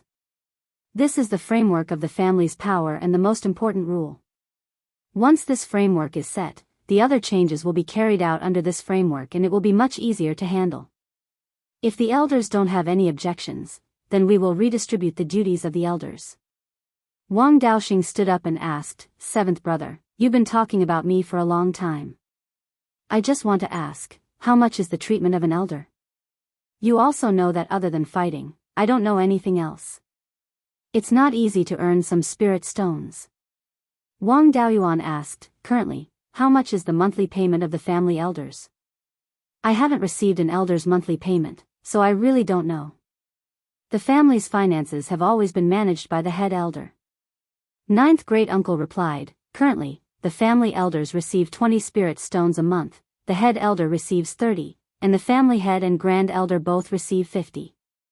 The clansmen guarding the various industries receive 10 spirit stones. Talisman masters, pill refiners, spirit plant farmers, etc., all receive an extra commission. The family's current income should be much higher than when I first left the mountain, right? I remember that at that time, the family's annual income was only about 20,000 spirit stones." Wang Daoyuan asked. Ninth great-uncle was very familiar with these matters and said without hesitation, "These years, we have increased a lot of industries, especially the spirit objects you found. They have created a lot of value. Also, the food that you created, the business of the Drunken Immortal restaurant is also very good. Especially with the addition of the Green Willow State's source of income, the clan's annual income had reached more than 40,000 spirit stones. However, the spirit-forbidding silkworm had already reproduced 2 generations. The previous cocoons were not used for silk extraction, but for reproduction. Currently, the scale of the spirit-forbidding silkworms was already large enough. This generation could already be used to draw silk. However, the growth of the white jade spirit mulberry scale was rather slow. The mulberry saplings that were cultivated by cutting had a slow growth speed and a low grade. They weren't enough to feed the soul-sealing silkworms, limiting the scale of the soul-sealing silkworms. If there are no problems with the external environment, in the next few decades or even centuries, the family's silkworm industry will grow larger and larger, and the income it brings will also be greater and greater. The spiritual mulberry that Wang Daoyuan found was called white jade spiritual mulberry because of its white jade color. Wang Daoyuan pondered for a moment and said, since the family's income has increased, then let's change the original treatment to that of a title. In addition to the benefits of authority, the benefits of authority and title were the same. The treatment of the patriarch and grand elder would be doubled. In the future, when the family's income is high, then slowly increase the treatment. This is all the content related to the elders' reform. Does the patriarch and the various elders have any opinions? Actually, this kind of reform was to increase the authority of all the elders. Previously, head elder seemed to have great authority, but he was tied down by daily trivial matters and did not have time to exercise his authority at all. All the authority was in the hands of head elder. The other elders did not have much authority at all. Those with authority did not have time to manage matters, and those with time to manage matters did not have authority. Now that the authority was divided, head elder and the patriarch would have greater control over the family. The other elders also had the authority to manage matters. In addition, the various elders' treatment had increased. Everyone had no objections. The patriarch smiled and said, since everyone feels that what Dao Yuan said makes sense, then I'll make the decision and decide to start the family's reform. Dao Yuan presiding over the reform involves all aspects of the family. He can't have no authority in his hands. Just giving opinions for the family's reform definitely won't do. How about this? The family will set up a punishment elder. If a clansman makes a mistake, it will be handled by the punishment elder. Dao Yuan has made great contributions to the family. Unfortunately, he is a junior and cannot directly take on the position of grand elder. Then don't be a reform elder. He will temporarily take on the role of punishment elder and preside over the reform. His status is the same as grand elders, and he has the authority to manage the other elders besides head elder. This is only when Dao Yuan himself is the punishment elder. The succeeding punishment elder can only manage the clansmen who have made mistakes. Alright, this matter is settled. My mission is completed. I won't care about the appointment of the other elders. After saying that, he took out a few books and a few jade slips from his storage bag and handed them to Wang Shui, saying, Shui, the family's income and expenditure records, various industries, and the situation of the clansmen are all here. From now on, you are the patriarch. Everyone stood up and bowed to Wang Shui, saying, Greetings, patriarch. They bowed to Wang Jian again, saying, Greetings, grand elder. Wang Jian stood up and said, In the future, the family's matters will be handed to you all. After saying that, he walked out of the meeting hall. Everyone bowed in unison, saying, Farewell, grand elder.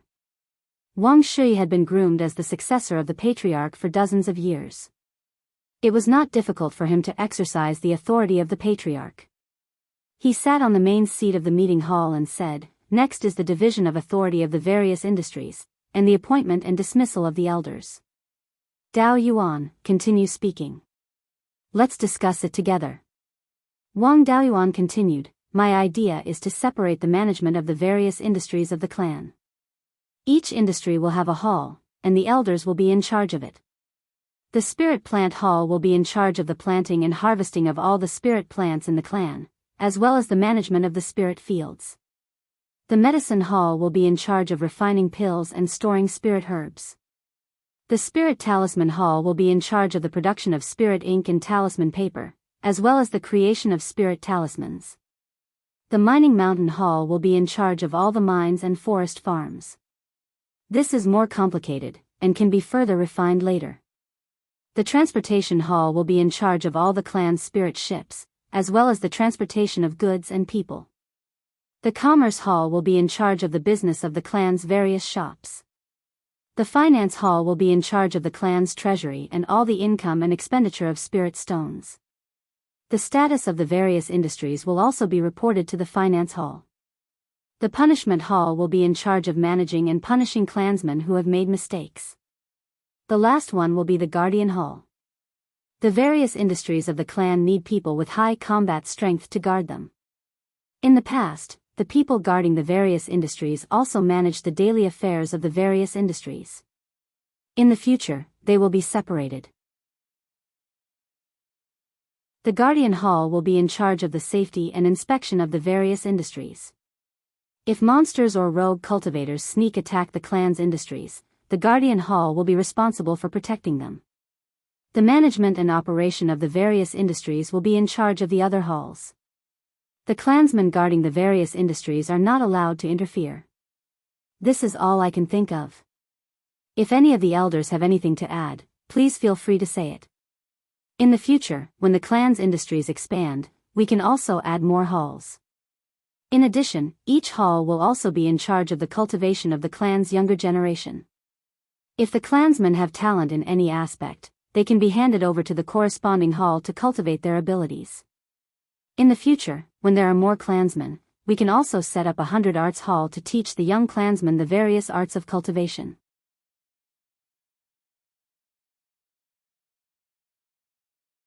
Chapter 166. Wang Shi nodded and asked everyone, "Elders, if there's anything else you want to add, you can tell me." First elder asked, "Then what about the mortals in the clan? There are more than 100,000 people now. With so many people, we have to manage them, right?" Wang Daoyuan answered, "I want to settle the matter of the cultivators first and then set up a general affairs hall to manage the ordinary clansmen." Since First Elder asked, I'll tell you in advance. The clan's management of the mortals is also very careless. The various mortal settlements are also divided into villages, and the clan sends people to patrol them regularly. When managing the mortals, the cultivators also have to deal with the village chiefs directly. If we want to find disciples with spirit roots, we have to send clansmen to every village. It's really too much of a waste of time. Therefore, I plan to manage the mortals in the clan's territory separately. The neighboring villages will be divided into townships and have a village chief to manage them. The neighboring townships can also be set up as towns and have a town chief to manage them. The areas near Jade Spring Peak aren't too dangerous and can be completely left to the mortals. The townships in the border areas can be overseen by the stewards of the Guardian Hall. The management of these townships and the recruitment of disciples with spirit roots can be left to the General Affairs Hall.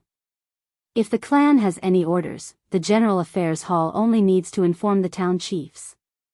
If the clan wants to select clansmen with spirit roots, they only need to notify in advance and let the ordinary clansmen in the townships and villages bring disciples of suitable age to the town. The cultivators only need to go directly to the town and test these disciples, saving a lot of effort. Of course, if these mortal town chiefs and village chiefs deceive their superiors and use their power for personal gain, then they can be handed over to the disciplinary hall. Fourth uncle Wang Shouyuan asked, "Then how do we manage the mulberry silkworms?" The planting and harvesting of the white jade spiritual mulberry are under the control of the spiritual plant hall. Raising the spirit silkworms and extracting the silk are not under the control of the spiritual plant hall. This is very troublesome.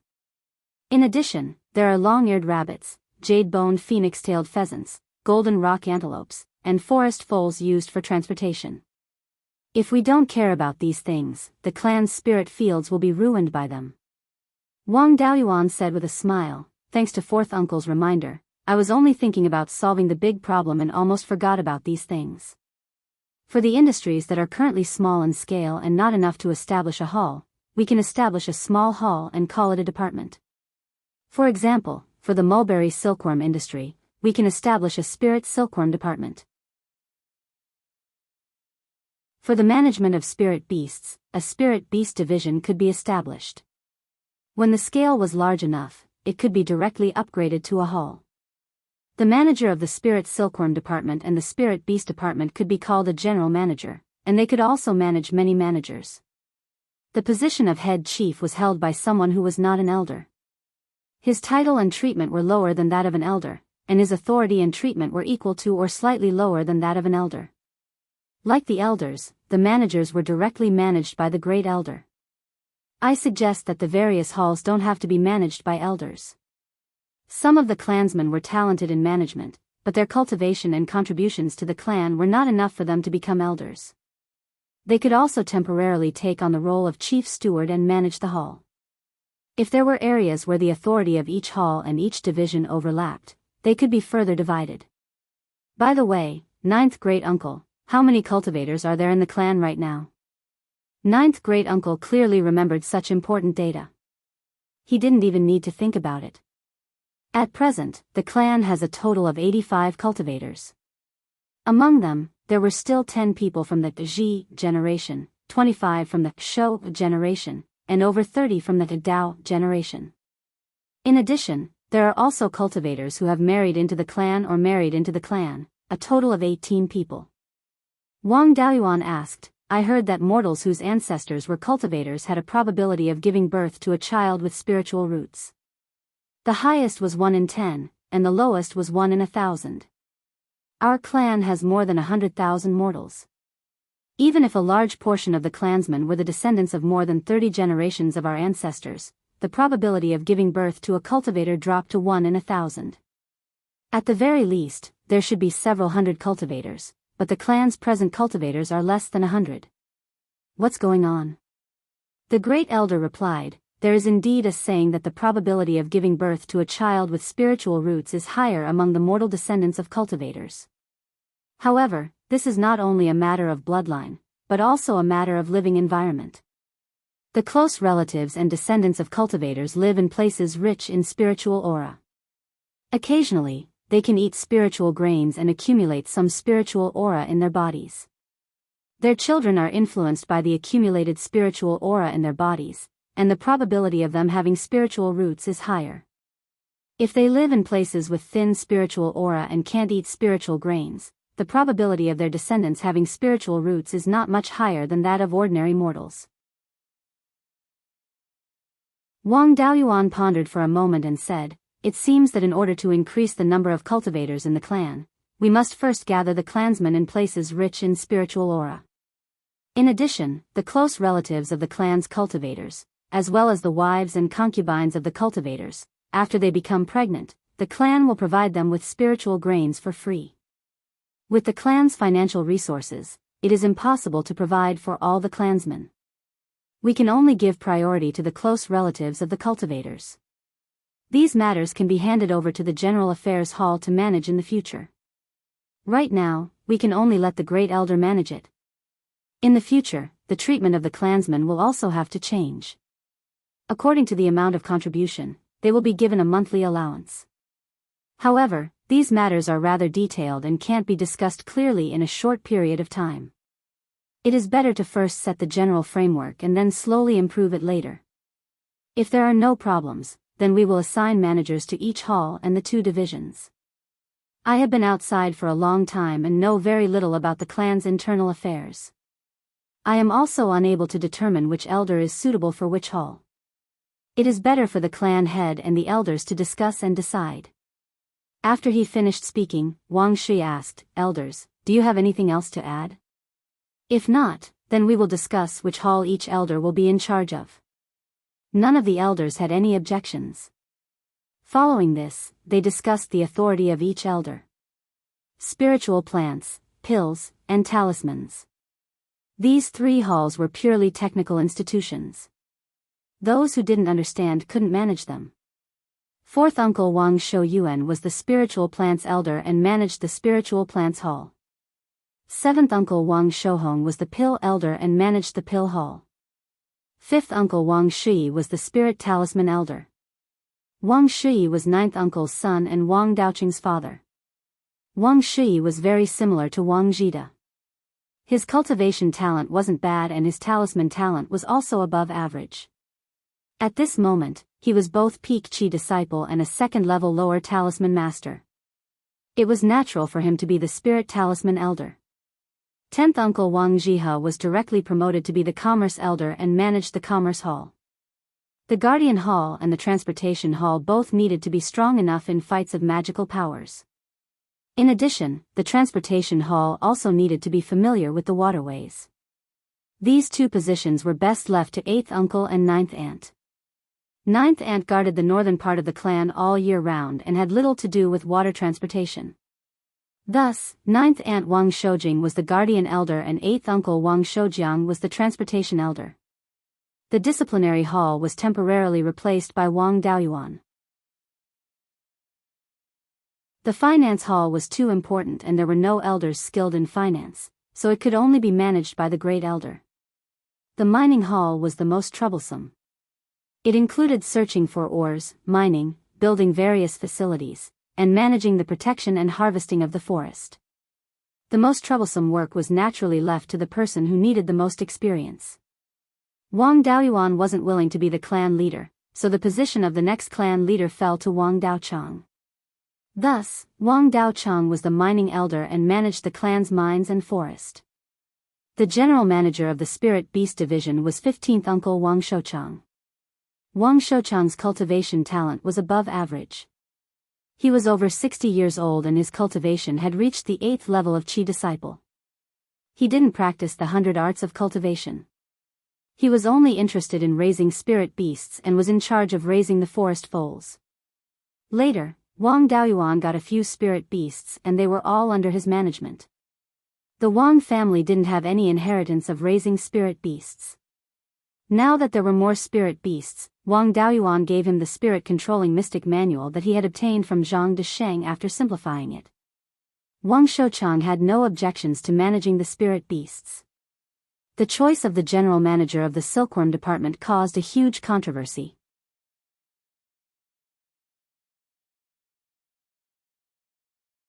Chapter 167. Because most of the management of the silkworms had nothing to do with cultivation. Picking, processing the mulberry leaves, and feeding the Ling silkworms regularly, normal people could do these tasks. When the Ling silkworms were full, they usually wouldn't run around. One xiuzhe could easily manage tens of thousands of Ling silkworms. Due to this, the xiuzhe that managed the Ling silkworms all had low cultivation and didn't have any skills.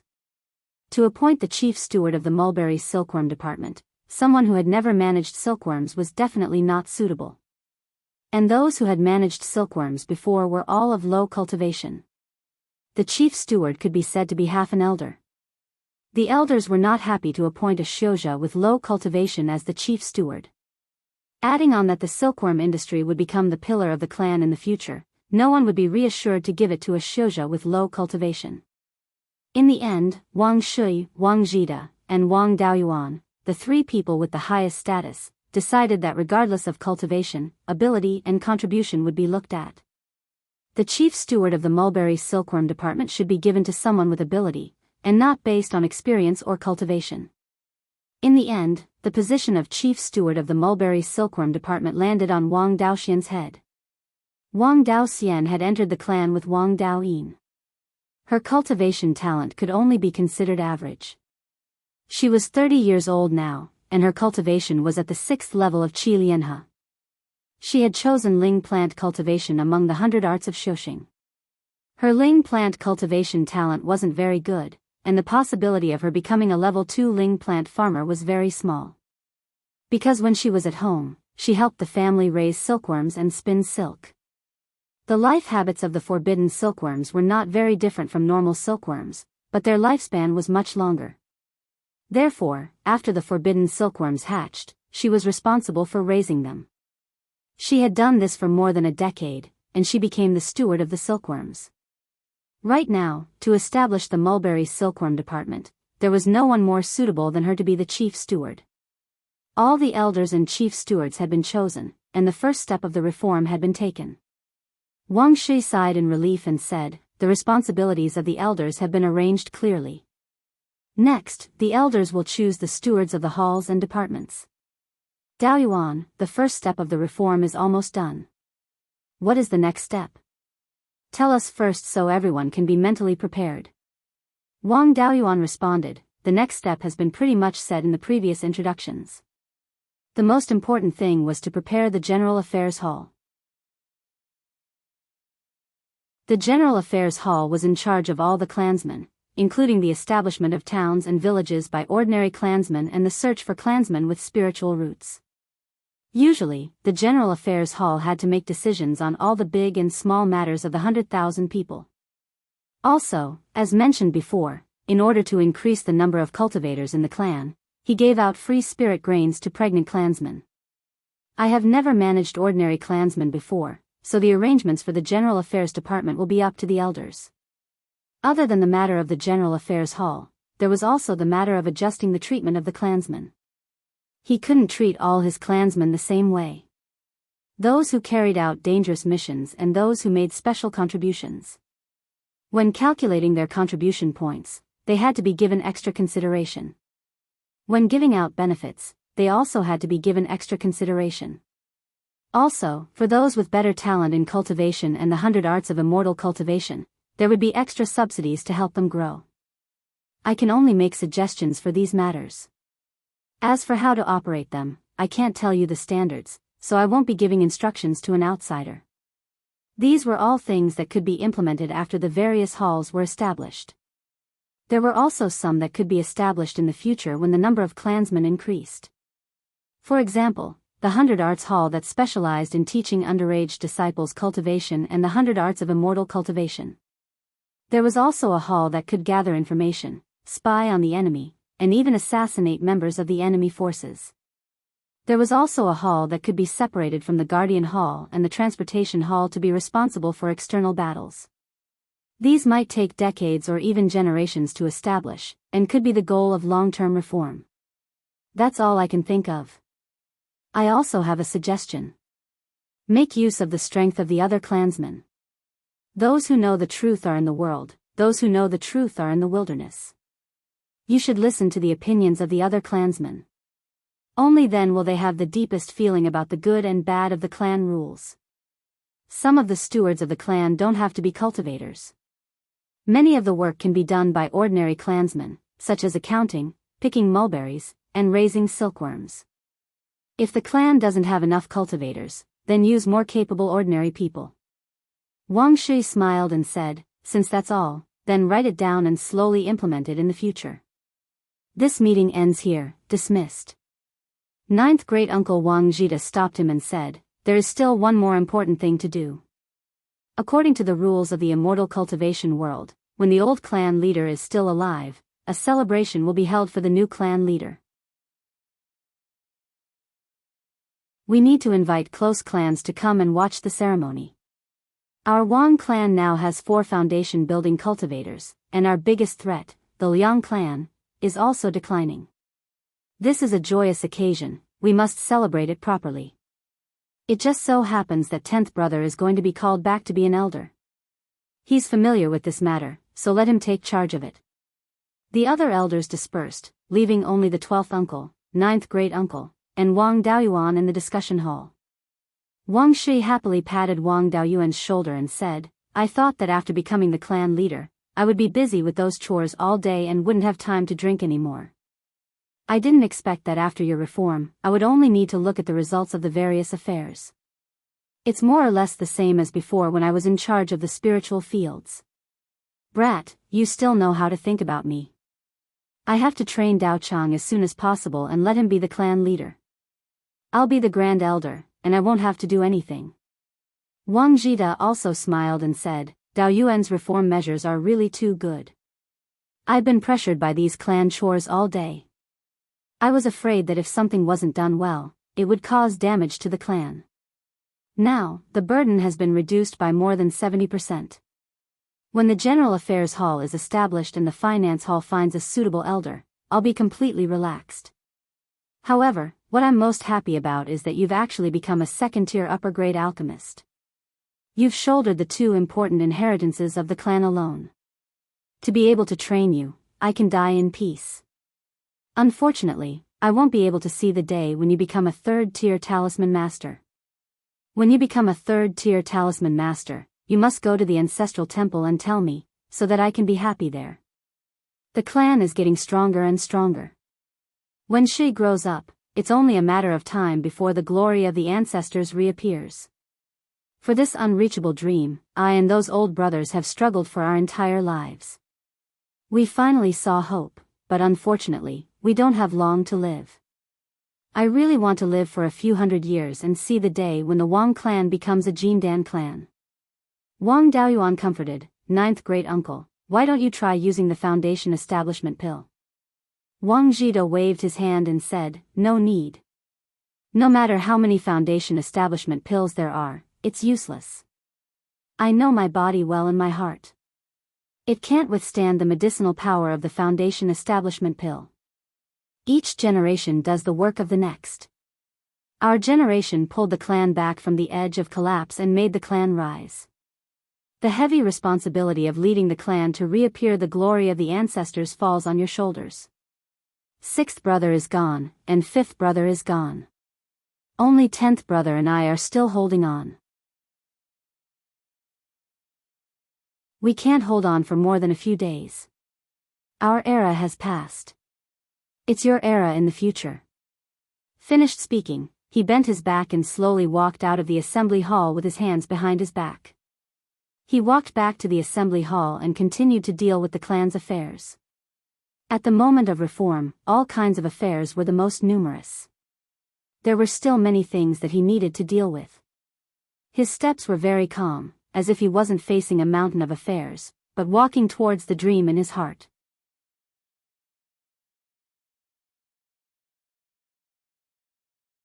Chapter 168.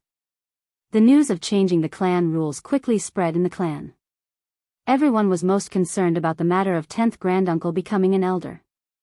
According to the original clan rules, it was unlikely for most cultivators to become elders. Their hard work and sacrifice for the family might not be rewarded. Now that the clan rules had changed, many people who originally had no hope of becoming elders now saw hope. Even if they were only honorary elders, their monthly stipends and status were real. Even if they couldn't become elders, being a steward wasn't bad either. The treatment was much better than before. Moreover, it was said that the monthly stipends would be changed in the future.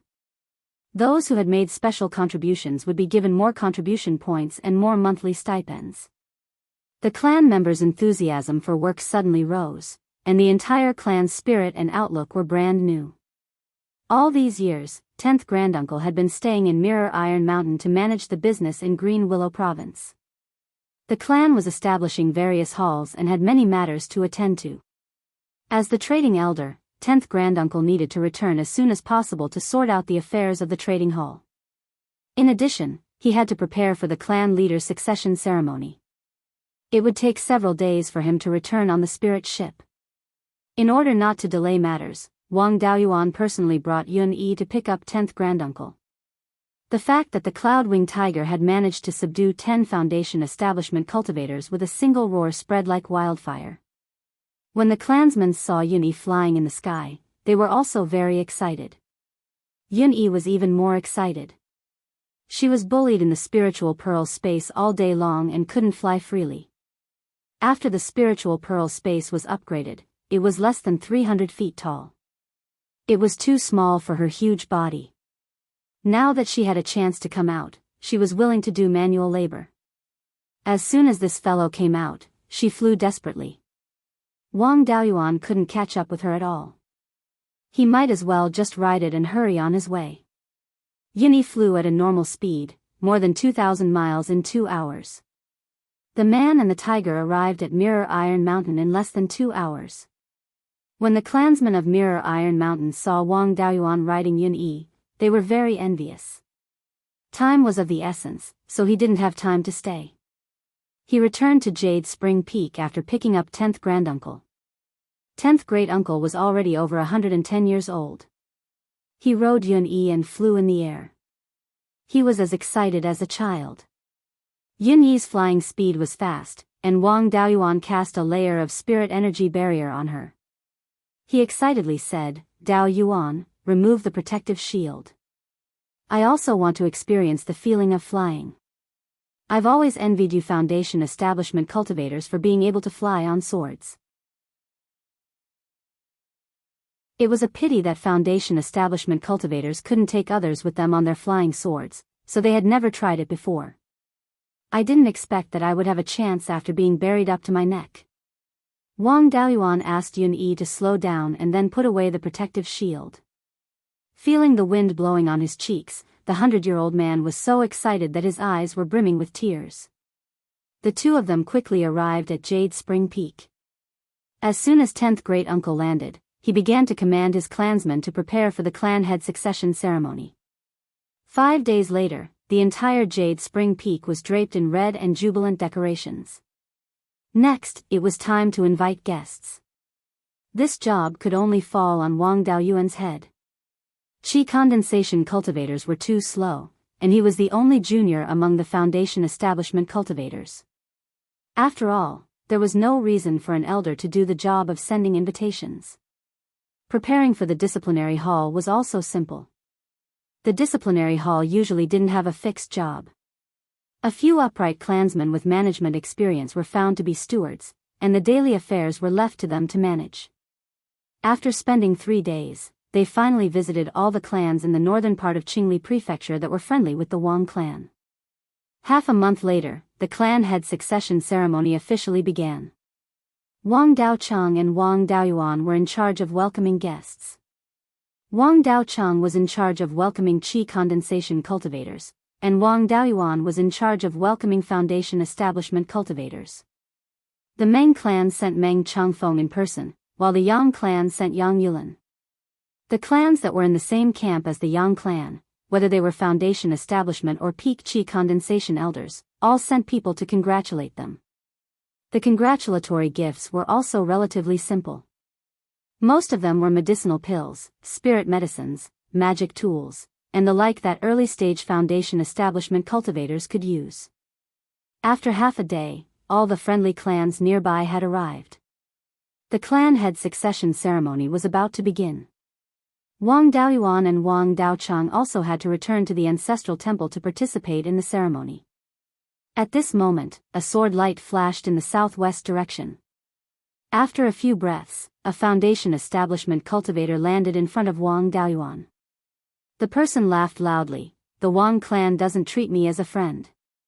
Such a big event like the clan head succession ceremony, and they didn't even inform me. Today, I have to make Wang Daoyu drink a good cup." Wang Daoyuan bowed and said, "Seniorly, please forgive me. The two clans are thousands of miles apart, and you have to deal with a lot of matters every day. I dare not trouble you with such a small matter." The person who came was the Li clan head Li Xinghe, who had a conflict with the Jin clan outside Jinyan City. Wang Daoyuan welcomed Li Xinghe to the ancestral temple. At this moment, the older generation of Foundation establishment cultivators were all chatting around Wang Jian, and the younger generation were all chatting around Wang Shui. Seeing that Li Xinghe had arrived, Wang Jian immediately went forward to welcome him. Li Xinghe said reproachfully, "Wang Daoyu, you don't treat me as a friend. You didn't even send me an invitation for such a big event. I came uninvited. Don't tell me the Wang clan didn't prepare food and wine for me?" Wang Jian smiled and said, "You are a busy person with many things to do. How would I dare to trouble you with such a small matter? Don't worry about the food and wine. It's enough to get you drunk dozens of times." Li Xinghe sighed and said, "I really envy you. The Wang clan has a successor, and you have such a good successor like Shi little friend. Also, Daoyuan and Daochang, these two little friend, can also take on important roles. Unlike me, I have to personally deal with the matters of the clan." Wang Jian smiled and said, "You are too modest. The Li clan has more than 100 cultivators, and I have seen only 2 juniors who can take on important roles. If you want to be like me and focus on cultivation, can't you find someone to entrust it to?" Li Xinghe smiled in relief. There are indeed a few juniors in the clan who can be entrusted with important roles.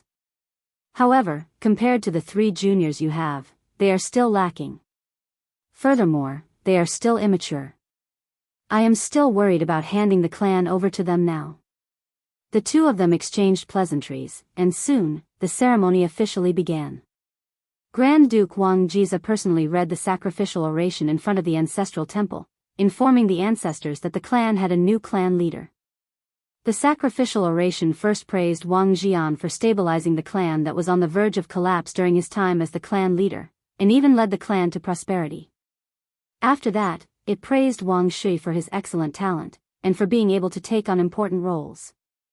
He would definitely be able to inherit the foundation of the ancestors, carry on the ambition of reviving the clan, and lead the clan back to its former glory. Finally, It prayed for the ancestors to bless the clan and ensure that the clan would prosper for 10,000 years. After the sacrificial oration was read, the new and old clan leaders handed over the clan leader's seal. Wang Jian handed the Raging Wave sword and the clan leader's seal to Wang Shui, and gave him a few words of encouragement. The Raging Wave sword was a magic tool that Wang Qingzu often used when he was still a foundation establishment cultivator. Later on, because the Wang clan leader had always been a foundation establishment cultivator, this sword became the symbol of the Wang clan leader's identity. Wang Shui bowed and received the sword and seal, expressing that he would work hard and lead the clan back to its former glory. After the ceremony, it was time to start the banquet. Wang Daoyuan led everyone to the hall below the ancestral temple, north of the Jade Dragon Spring. The hall was only used for important events such as the arrival of important guests or the inauguration of the clan leader. The final segment of the ceremony was held in the hall. Currently, the Wang clan had many different types of spirit beasts and spirit fruits, and they even had the scarlet blood wine that had been stored in the cellar for decades. In addition, they had a restaurant that had been open for more than 20 years, and they also had a few clan members with good culinary skills. All the guests who came to congratulate them were full of praise for the Wang clan's food and wine.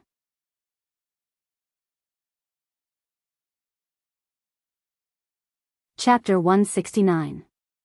After 3 rounds of wine and 5 dishes, everyone began to leave. However, Li Xinghe and Meng Changfeng passed out drunk. After everyone left, the two of them suddenly became energetic. Wang Shui naturally knew that the two of them deliberately passed out drunk because they had something to discuss. He led the two of them to the meeting hall.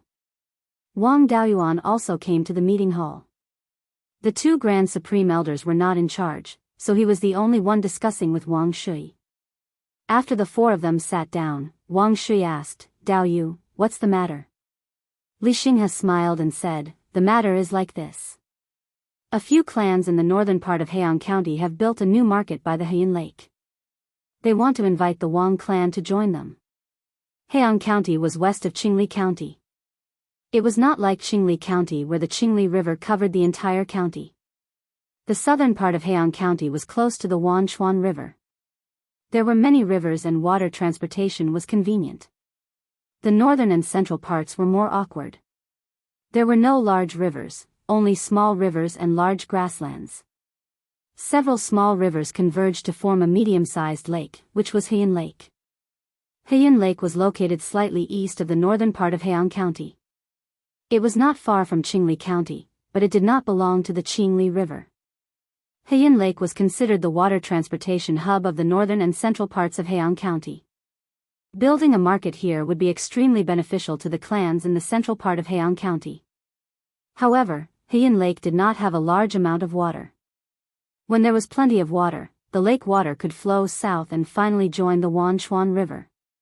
During normal years, the lake water would flow south for 1,000 miles and then dry up. Most of the time, Heian Lake was an isolated water transportation hub and was not connected to other water systems.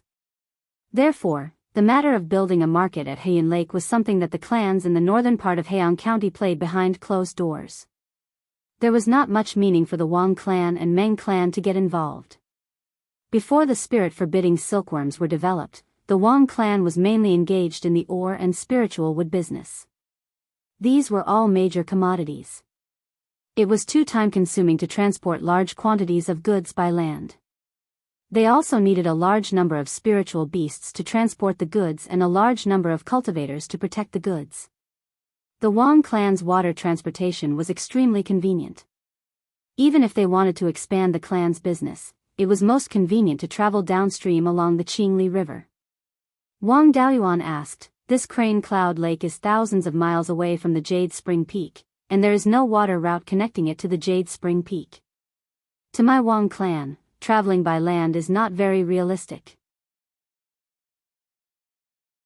Before Li Xinghe could open his mouth, Meng Changfeng hurriedly interjected, "Wang Daoyu, you may not know this, but the distance between the upper reaches of the turbid water stream and the Leaping Horse River, a tributary of the Crane Cloud Lake, is only a little more than 100 miles. As long as the 2 rivers are connected, the waterway will be clear. The turbid water stream was a tributary of the Qingli River. It flowed into the Qingli River about 100 li south of the Qingli city. The Meng family's Ash Cloud Peak was located next to one of the tributaries of the muddy water stream. When the Meng family transported large quantities of goods to Clear Glass City, the main waterway was turbid water stream. The Yuma River originated from the border between the two counties and flowed westward into the Crane Cloud Lake. The Leaping Horse River was not big, and the river surface was only 30 to 40 feet wide.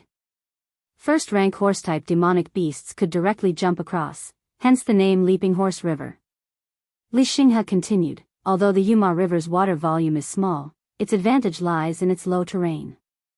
The turbid water stream was located at a high altitude and had a large amount of water. As long as the two rivers were connected by a canal, the abundant water of the turbid water stream would flow into the Yuma River through the canal. At that time, the Wang family's goods would flow into the turbid water stream along the Qingli River. Going upstream and passing through the canal, they would enter the Yuma River and reach the Crane Cloud Lake market. From what I know, the Qingli County's production of various ores and spiritual wood is extremely high. In the Qingli city market, they cannot be sold for a good price. However, the north of the Heian County is filled with towering mountains and precipitous ridges with many demonic beasts. There are very few suitable mines and there is no water transportation. Thus, the entire Heian County is extremely lacking in ores and spiritual wood. As long as the Wang family transported their ores and spiritual wood over, the price would easily increase by several folds. Furthermore, the demand in Heian County is very high. The ores and spiritual wood transported by the Wang family will definitely not be overstocked. Wang Shi asked, if I remember correctly, the mountain between the turbid water stream and the Yuma River is the Iron Screen Mountain, right? The rocks of this mountain are extremely hard. Do you have the ability to dig through it? Li Xinghe's face was filled with joy as he said, if it was in the past, we wouldn't even dare to think about it. However, the clans of Heian County have been excavating the west side of the Iron Screen Mountain for hundreds of years. Some time ago, the Iron Screen Mountain collapsed from the excavation and a 30-meter wide gap appeared. After a few of our foundation establishment cultivators went to investigate, they all felt that we could use this gap to dig a canal that connects the turbid water stream and the Yuma River. Wang Daoyuan and Wang Shui were both flabbergasted. Wang Shui didn't know whether to laugh or cry as he said, "You Heian County cultivators are really poor. Apart from being hard, the rocks of the Iron Screen Mountain don't have much value. Is there a need to fight to the death for hundreds of years?" Li Xinghe laughed awkwardly. Aren't we going crazy from the lack of rocks? We can only dig whenever we see a rock. I didn't expect to find such a great benefit. Wang Shui pondered for a moment before saying, my Wang family is lacking people. We can't spare anyone to help dig a canal. Li Xinghe didn't find it strange at all as he laughed. How could we trouble the Wang family with such a small matter? We can send people from our side. After all, the biggest obstacle, the Iron Screen Mountain, has already been excavated. The other places aren't much. With the strength of us foundation establishment cultivators, we can dig a 100-mile canal in no time. I came here to contact a few clans that produce ores, stones, and wood to do business in Heian Lake Market. Wang Daoyuan asked, seniorly, why don't you contact the Yang family? The Yang family is now the leading clan in the north of Qingli County. As long as the Yang family agrees, isn't this a small matter? Li Xinghe sighed and said, if we can convince the Yang family, it'll be fine. However, this matter will harm the Yang family's interests. The Yang family mainly refines weapons. The cheaper the ores and spiritual wood in Qingli County, the greater the benefits for the Yang family. However, once the waterway between Qingli County and Heian Lake is opened, the ores and spiritual wood in Qingli County will have a new market. The price will definitely rise and it will be disadvantageous for the Yang family. It's already good enough that the Yang family doesn't personally suppress them. Why would they help? Wang Shi thought for a while and said, this matter is really not easy to handle. My Wang family and the Yang family have been friends for hundreds of years. If it really harms the Yang family's interests, I won't dare to act rashly. I will need to discuss it with the clan's elders. Li Xinghe wasn't in a hurry and replied, this should be done.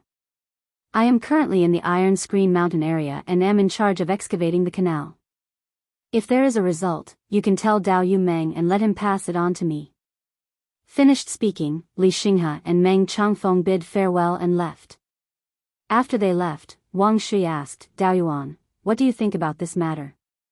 Wang Daoyuan replied, we are all amateurs in this area. I don't even know the price of spiritual wood and ores. It's better to ask 10th granduncle. He is an expert in this area. Wang Shui nodded and said, then gather all the elders and discuss this matter. Especially 10th granduncle's opinion.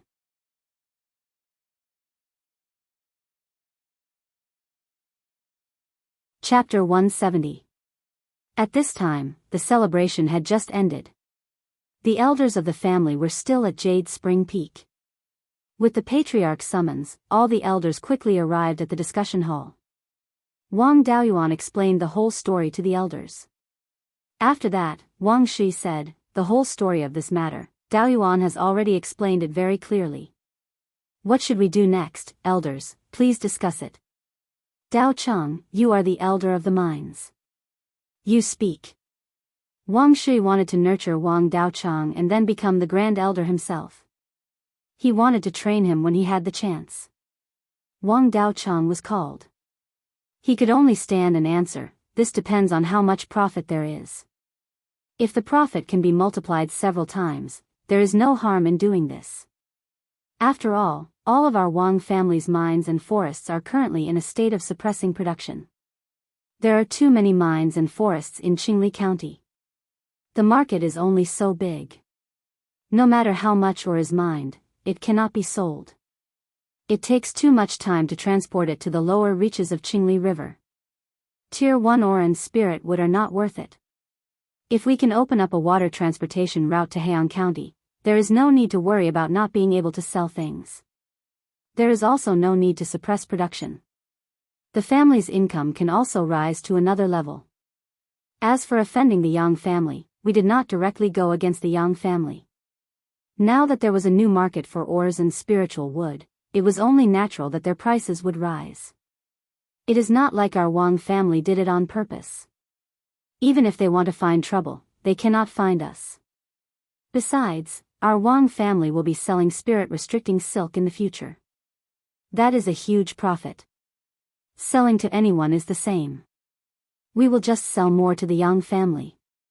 Since the Yang family had obtained great benefits, they wouldn't bother about these trivial matters. But I don't understand why Meng Changfeng is so proactive.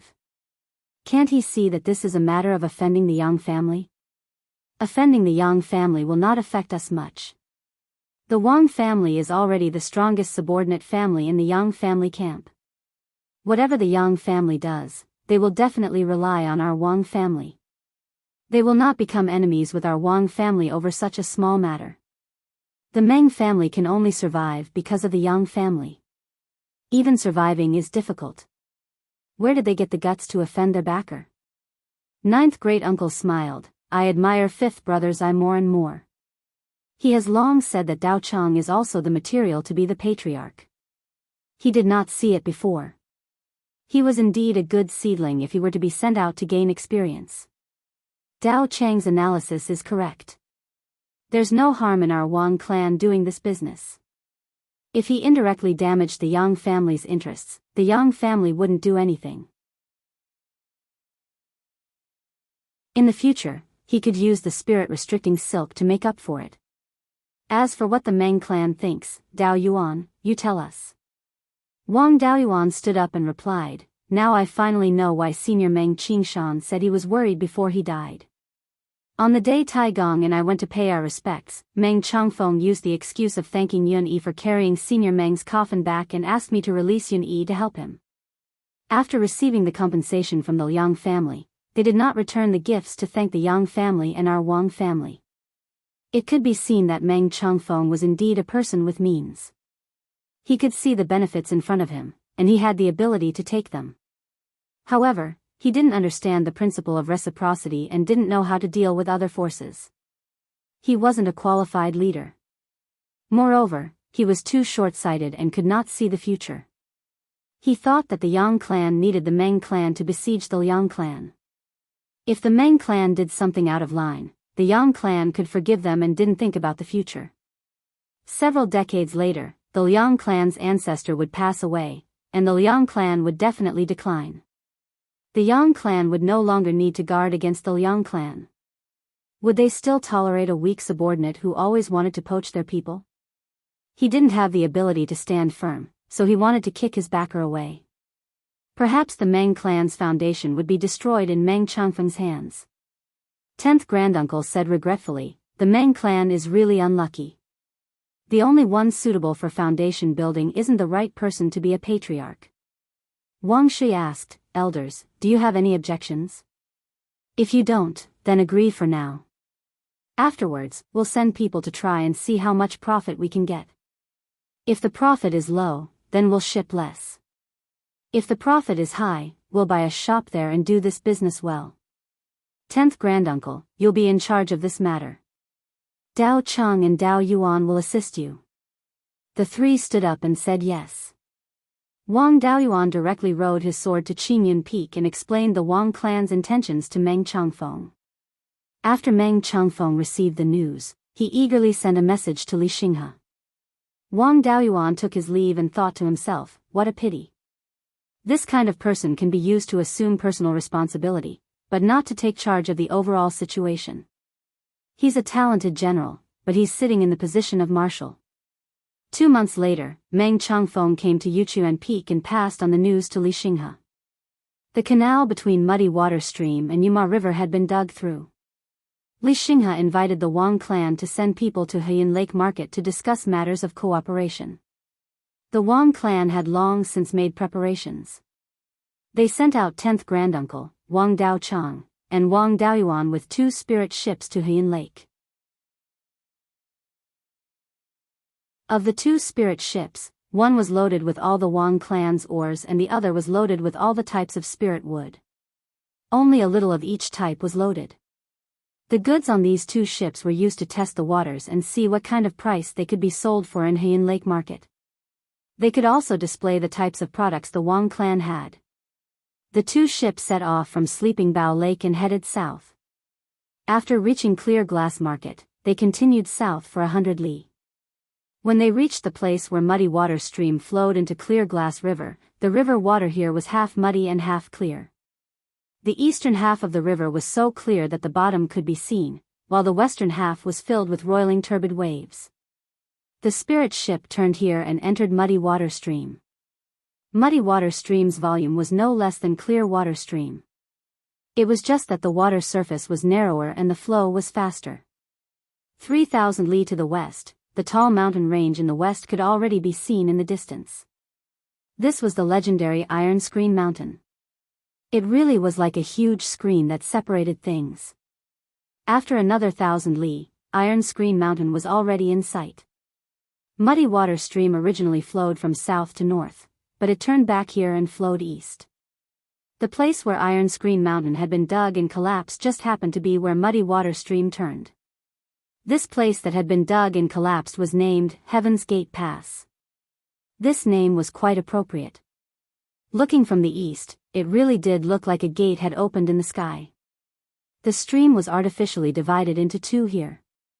About half of the water passed through Heaven's Gate Pass and flowed west.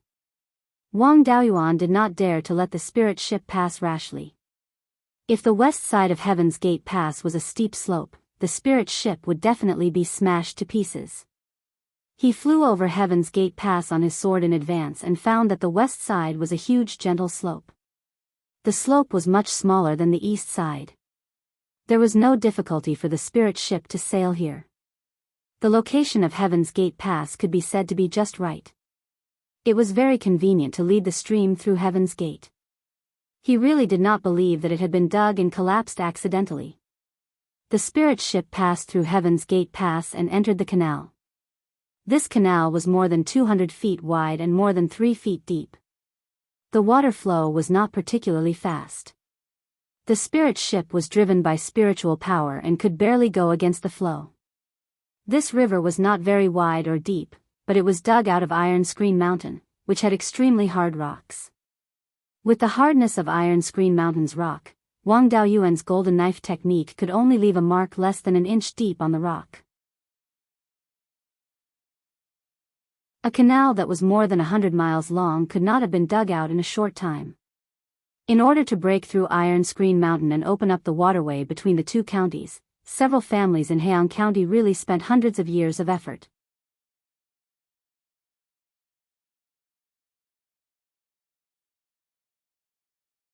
Chapter 171. After passing through Heaven's Gate, the rest of the waterway was easy to traverse as it flowed downstream. They sailed along the canal for over 100 miles before entering Yuma River. The upper part of Yuma River was only 30 feet wide. After the canal flowed in, the width of the river expanded to almost 30 feet. The lower part of Yuma River was also widened by people. The riverbank was very neat, and there was no sign of the river water flowing out of control. Following Yuma River westward for over 2,000 miles, they arrived at Heian Lake. Heian Lake was a circular lake with a small area of less than 200 miles in diameter. This was only after the canal was dug and the muddy water stream poured in. Wang Daoyuan had stayed in Luliu province for nearly 20 years and was used to the Hundred Rivers Lake. Now, Heian Lake was too small.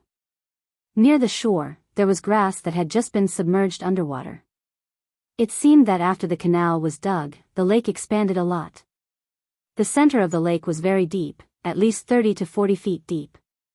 The place where Crane Cloud Lake was located was a natural depression. The east, west, and north sides were very high and the rivers all converged towards Heian Lake. Only the southeast corner of the lake was low. The lake water flowed out from there and formed a stream called Heian Stream. Heian Stream was 50 to 60 feet wide and only 1 foot deep. The water flow was very gentle. This amount of water was incomparable to the amount of water from Heaven's Gate. In the future, the water level of Heian Lake would continue to rise and the flow of Heian Stream would also increase until the water level of Heian Lake stabilized. At this moment, Wang Daoyuan finally understood that the few clans of Heian County had big plans. Digging through Taiping Mountain was not only to connect the two counties to each other, but also to expand southward. Half of the muddy water stream's water flow would be channeled into Heian Lake and the flow of Heian Stream would skyrocket.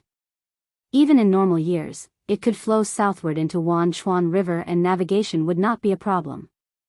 In this way, after the clans in the northern part of Heian County became stronger, they could expand their business to the southern part of Heian County through the waterway. Digging through Taiping Mountain would solve the problem of lacking resources in the northern part of Heian County and provide a bright future for the clans in the northern part of Heian County. It would also solve the problem of Qingli County's resource backlog, killing 3 birds with 1 stone.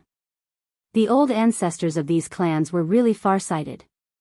The Yuma River converged from the east of the Crane Cloud Lake, and the Crane Cloud Creek was at the southeast corner of the Crane Cloud Lake. The Crane Cloud Lake Market was built on the shore between the mouth of the Yuma River and the Crane Cloud River. It was convenient to receive the resources from Qingli County, and it was also convenient to do business with the southern powers of Heian County.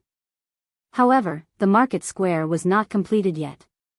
Only a few dozen shops near the mouth of the Yuma River had been completed. The layout of the market square was very particular. The whole market square was like a rake, and the teeth of the rake extended into the lake. On each rake, there was a street, and on both sides of the street were shops. Behind each shop was a small pier, making the best use of water transportation.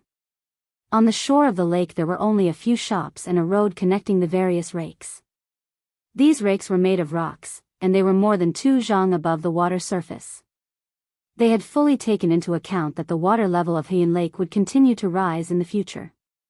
As soon as the Wang family's spirit ship arrived, more than 10 people immediately came forward to greet them.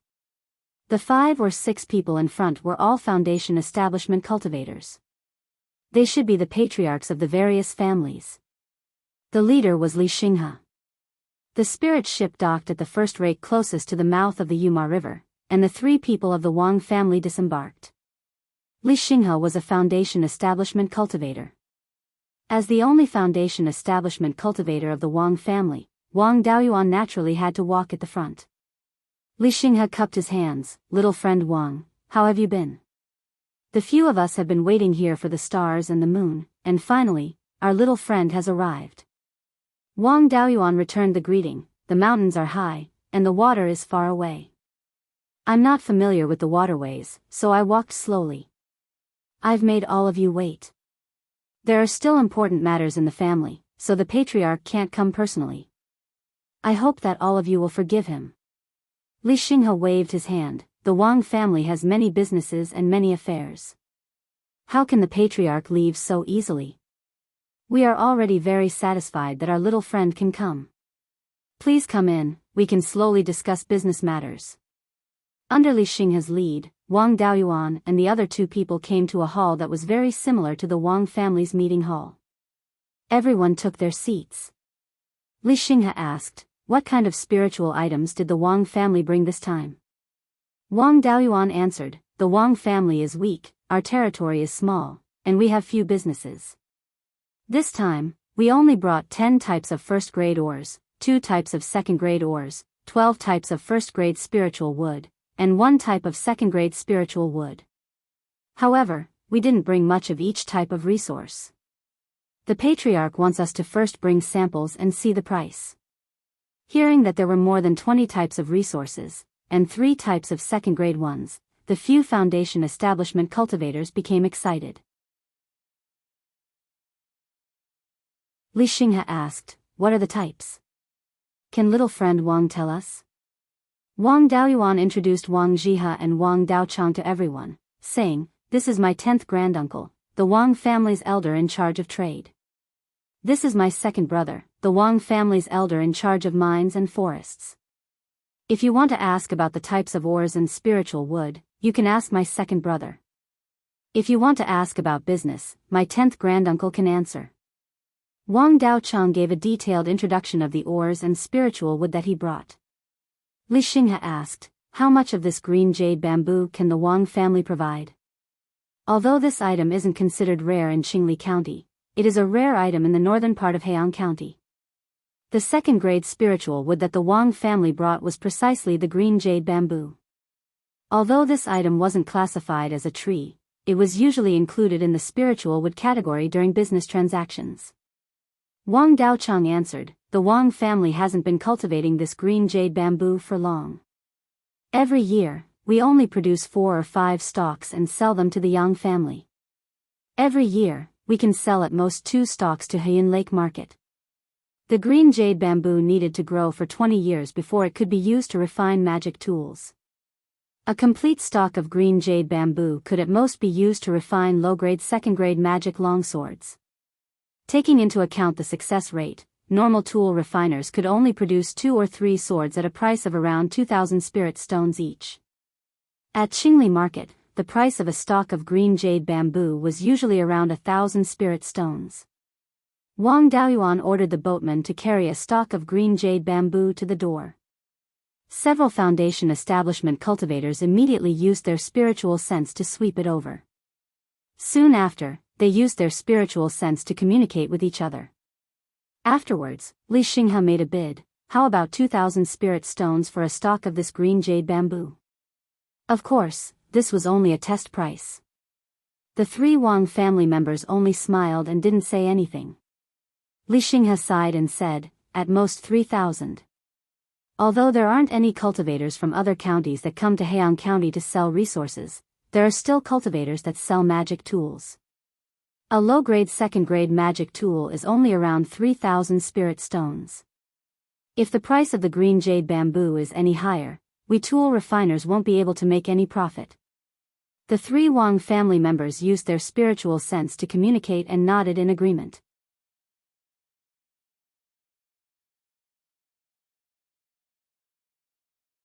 Chapter 172. From the Sleeping Bow Pond at the bottom of Jade Spring Peak to Heian Lake Market, the journey was more than 8,000 miles. In addition, half of the journey was against the current and the ship was fully loaded with goods. Even if the spirit ship was fully powered, its speed would not be fast. From the departure to the arrival of the spirit ship at Heian Lake, it would take more than 10 days. Although the journey was long and time-consuming, 3 times the price was still very profitable. After that, Wang Daoyuan ordered his clansmen to bring the samples of the goods to the entrance of the hall for the foundation establishment cultivators to take a look. 10th great-uncle Wang Zhihe then discussed the price with them. After spending more than 2 hours, they finally settled the purchase price of all the ores and spirit wood. The purchase price here was 2 to 4 times the price of Qingli market. The total price of the 2 ships of goods was about 3 times the average price of Qingli market. The clans at Heyun Lake also bought the resources together and then distributed them.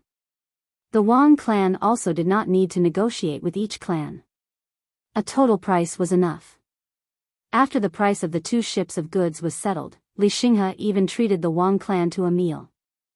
Although Heian County lacked ores, spirit wood and other resources, it was much better than Qingli County in terms of rearing spirit beasts. At the banquet for the Wang clan, there were all kinds of demonic beast meat. A few of the dishes were actually made with rank 2 demonic beast meat. This was an eye-opener for Wang Zhihe and Wang Daochang. On the other hand, Wang Daoyuan did not mind. He usually ate all kinds of demonic beasts. After the meal, Wang Zhihe asked Li Xinghe, "Senior Li, is it possible for you to sell demonic beast meat?" To be honest, there are very few demonic beasts in Qingli County other than the heaven/mountain range. Hunting the demonic beasts in the heaven/mountain range is too dangerous. The cost of rearing spirit beasts is too high and it is difficult to raise them on a large scale. Therefore, this demonic beast meat is very precious in Qingli market. If my Wang clan comes here to sell ores and spirit wood, we can go back and sell the demonic beast meat. It is better than nothing and both of us can earn more. He was not afraid that the clans of Heian County would directly transport the demonic beast meat and compete with the Wang clan for business. Heian County had very few rivers and cultivators were not good at boats. They were too far away from competing with Qingli County for water transportation. The northern part of Heian County was mostly grasslands, and there were very few places where spirit farms could be developed. However, it was extremely suitable for raising all kinds of spirit beasts. Usually, when slaughtering spirit beasts, one would need their horns, bones, teeth, scales, and so on to refine magic tools. The meat of spirit beasts was really worthless. Cultivators usually ate meat as their staple food. The status of meat in Heyang Prefecture was similar to the status of spiritual grains in Qingli Prefecture. In the past, no one had ever thought of selling spirit beast meat to Qingli County. Since the water route was impassable, it would take more than a month to travel tens of thousands of miles on land while carrying a large amount of spirit beast meat. By then, the meat would have already gone bad. If he were to bring along a living spirit beast, he would have to prevent the spirit beast from escaping and rogue cultivators from intercepting him. It would require too much manpower, and the losses outweighed the gains. Now that there was a waterway, the speed of transportation was much faster than by land. The spirit ship was filled with demonic beast meat, unlike when it was filled with ores, which would severely affect its speed. If they drove the spirit ship at full speed, they could reach Clear Glass City in 3 to 4 days. Demonic beast meat didn't rot as easily as ordinary meat. After 3 to 4 days, it was still relatively fresh. Hearing this, Li Xinghe was energized. This was a huge business opportunity. He hurriedly replied, "Of course there's no problem. Which one of us doesn't have a large number of spirit beasts? As long as the Wang family is willing to accept it, there's no problem on our side. We can have as many spirit beasts as you want, dead or alive." After that, Wang Zhihe and Li Xinghe discussed the details of the cooperation. In the end, Li Xinghe represented the local family and gave the Wang family a shop for free. The location of the shop was also excellent. It was located at the first tooth of the nail, the place closest to the mouth of the Yuma River. Li Xinghe gave the token that controlled the shop's array formation and a communication jade talisman to Wang Daoyuan. This communication jade talisman was not simple. It could only be refined by at least a second-tier upper-grade weapon refiner. Communication jade talismans were used one-to-one. Ordinary communication jade talismans only had a maximum transmission distance of about 2,000 miles. However, the communication jade talisman that Li Xinghe gave him had a maximum transmission distance of 10,000 miles. Using this jade talisman, he could directly communicate with Heian Lake Market from Jade Spring Peak. Wang Daoyuan and the others left Heian Lake with 2 spirit ships filled with fresh spirit beast meat. Although it was fresher to bring live spirit beasts to Qingli Market to slaughter them, transporting them was difficult. Once the spirit beasts caused a ruckus, the ship would capsize. Spirit stones were placed in all the energy supply array cores of the propulsion array formation inside the spirit ship, and the array formation was operating at full power. In just 3.5 days, they arrived at Qingli Market. The 2 spirit ships docked at the small dock of the Jade Spring Miscellaneous Goods Store. Wang Daoyuan called out and a few people immediately ran out of the store to help unload the goods. Everyone quickly moved the spirit beast meat to the underground freezer of the Drunken Immortal Inn to store it. The ice in the underground freezer of the Drunken Immortal Inn was made with first-tier ice attribute spirit talismans. Wang Daoyuan could barely refine ice, wind, and thunder attribute spirit talismans. However, because he did not have a second-tier talisman inheritance, he could only refine first-tier spirit talismans. Unfortunately, if the ice attribute spirit talisman was used in the outside world, the ice created would quickly melt. It was not effective to use it on the spirit ship. The cost of creating a spirit ship that could store ice was too great. The gains did not make up for the losses. The news of the Wang family bringing back 2 ships of spirit beast meat spread throughout Qingli Market. Even the business of the Drunken Immortal Inn improved. The matter of the Iron Screen Mountain in Heian County was also not a secret. It was obvious that the Wang family had made a deal with the clans in Heian County to buy the demon beast meat. As for what they were selling, it was obvious. In a small room in the Yang family store where Wang Shui had reached foundation establishment, the Yang family patriarch sat high above and asked the 2 youths, "You all know that the Wang family sold the ores and spirit wood to Heian County and shipped the spirit beast meat back. Tell us, what should our Yang family do?" There was a middle-aged man and 2 youths in the room. There were a total of 3 foundation establishment cultivators. One of the muscular youths said, "The Wang family is simply looking down on our Yang family. We have protected them for 300 years and they repay kindness with enmity. And the Meng family, this matter was instigated by them. They have really raised a bunch of ingrates." Yang Yong said, "Yuhu, you can't say that. Yulin, what do you think?" Yang Yulin replied, "Although the Wang family's business with Heian County will cause the price of ores and spirit wood to rise, they are not deliberately harming our Yang family's interests. Heian County has spent several hundred years of effort to open up the waterway. They have made ample preparations and the general trend is already set.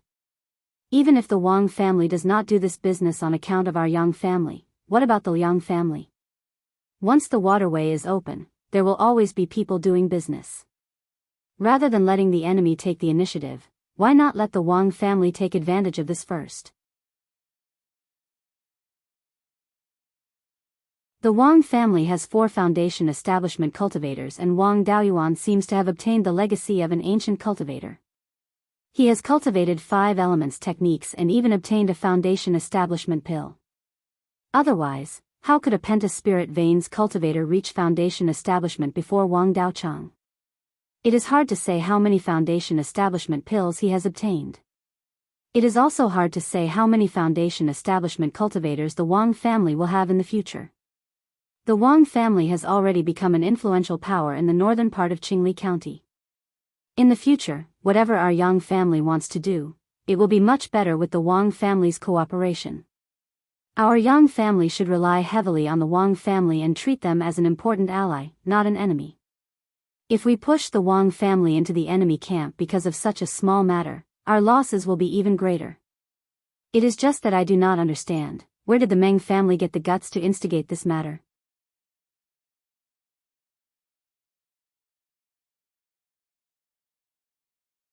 Chapter 173. The middle-aged foundation establishment cultivator smiled. What Yu Lin said makes sense. It's indeed not worth it to fall out with the Wang family over such a small matter. As for the Meng clan, you're still young and don't know much about Meng Changfeng. Meng Changfeng was an astute man, and a man of means.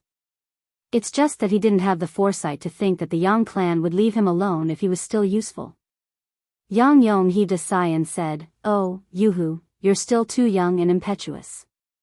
He was clearly a good seedling who had opened up his violet palace, but his way of thinking was so simple. You have to think about the big picture when you do things. You can't just do whatever you want.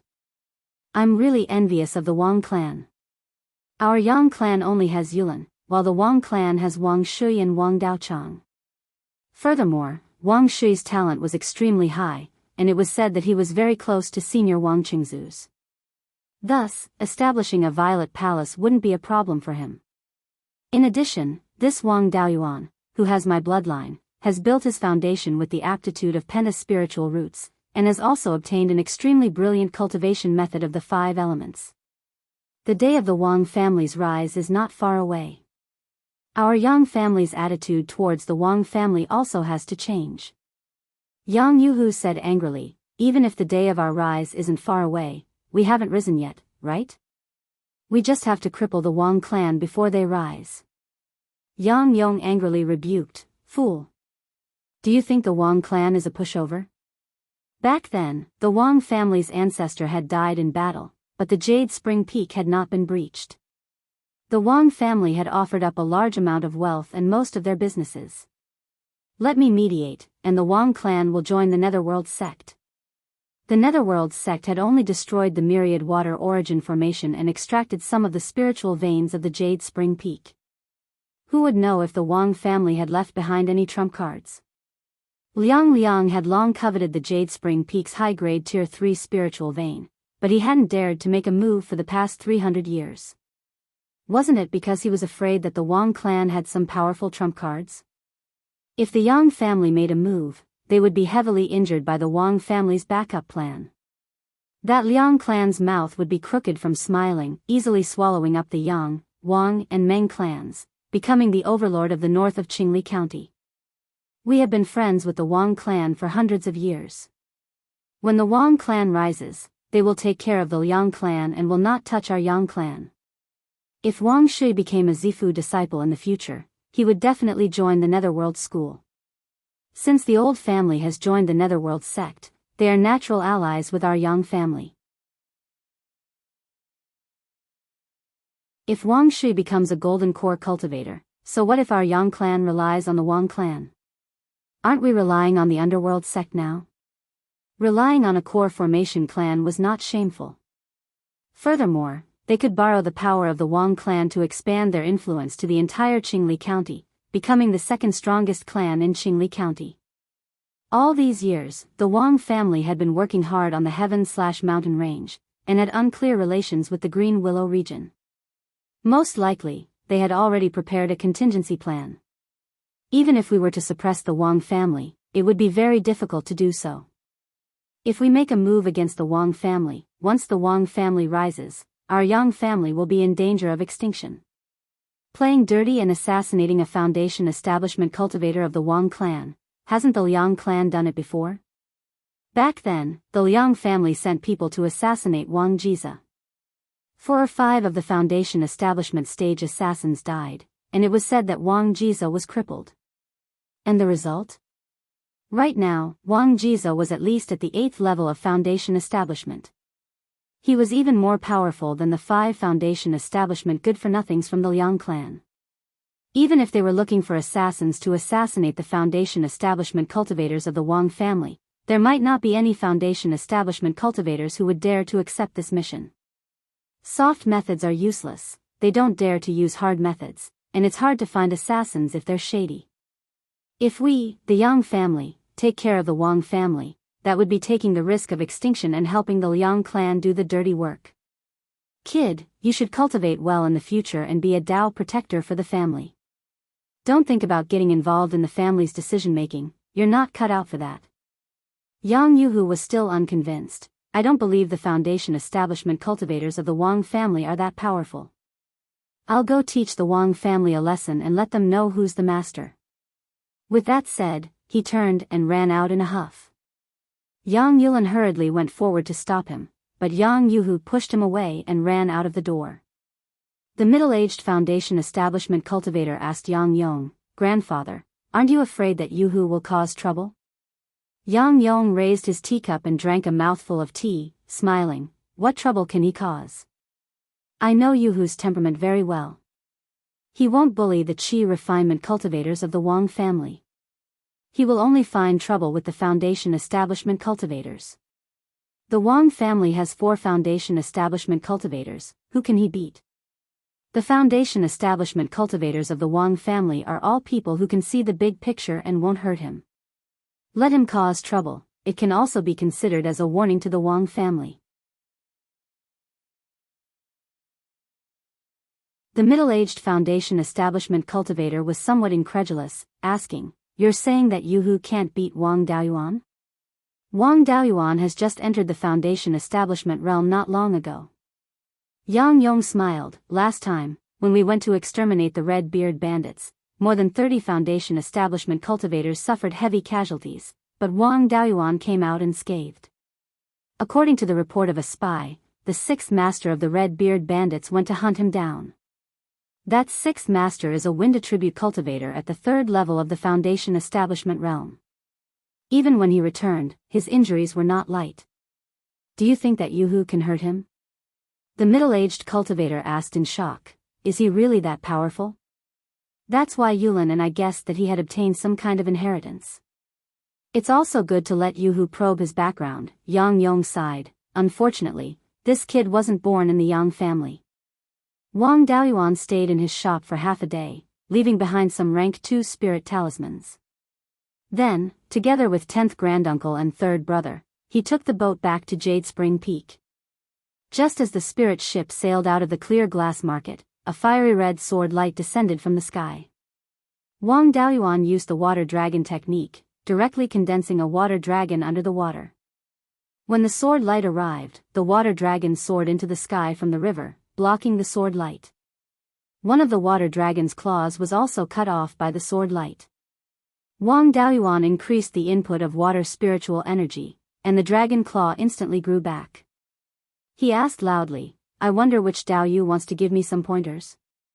An arrogant voice sounded. "Everyone says that the Wang family's water dragon technique is powerful, but after seeing it today, it's only so-so." Wang Daoyuan asked, "In that case, Daoyu is here to cause trouble?"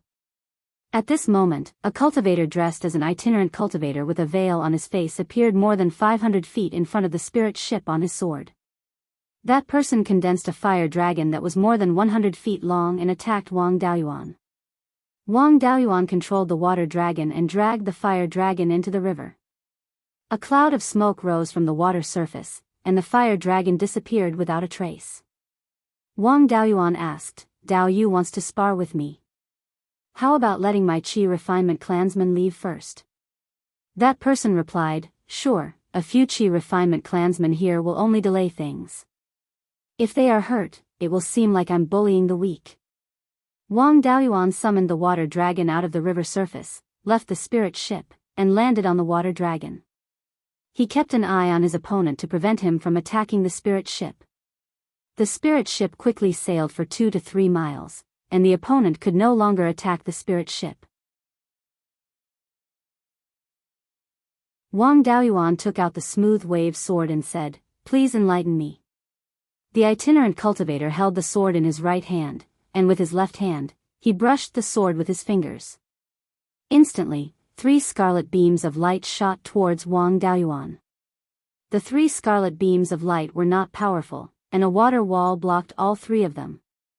However, this move scared Wang Daoyuan quite a bit. The move that the itinerant cultivator used was a common starting move used by sword cultivators. It was called sword casting. Sword cultivators mainly focused on the sword, but it was not that they did not cultivate Dharma spells. It was just that when they were fighting, they cast Dharma spells with the sword in their hands. The Dharma spells would be imbued with the sharpness of the sword, increasing their power greatly. This method of casting was called sword casting. What the itinerant cultivator used was the basic move of sword casting. If this person was a sword cultivator, Wang Daoyuan would not be confident of defeating him if he did not use all his trump cards. You're tuning in to the Biyao's Wuxia Chronicles YouTube channel. Don't forget to subscribe and join us on this journey to catch the most captivating stories.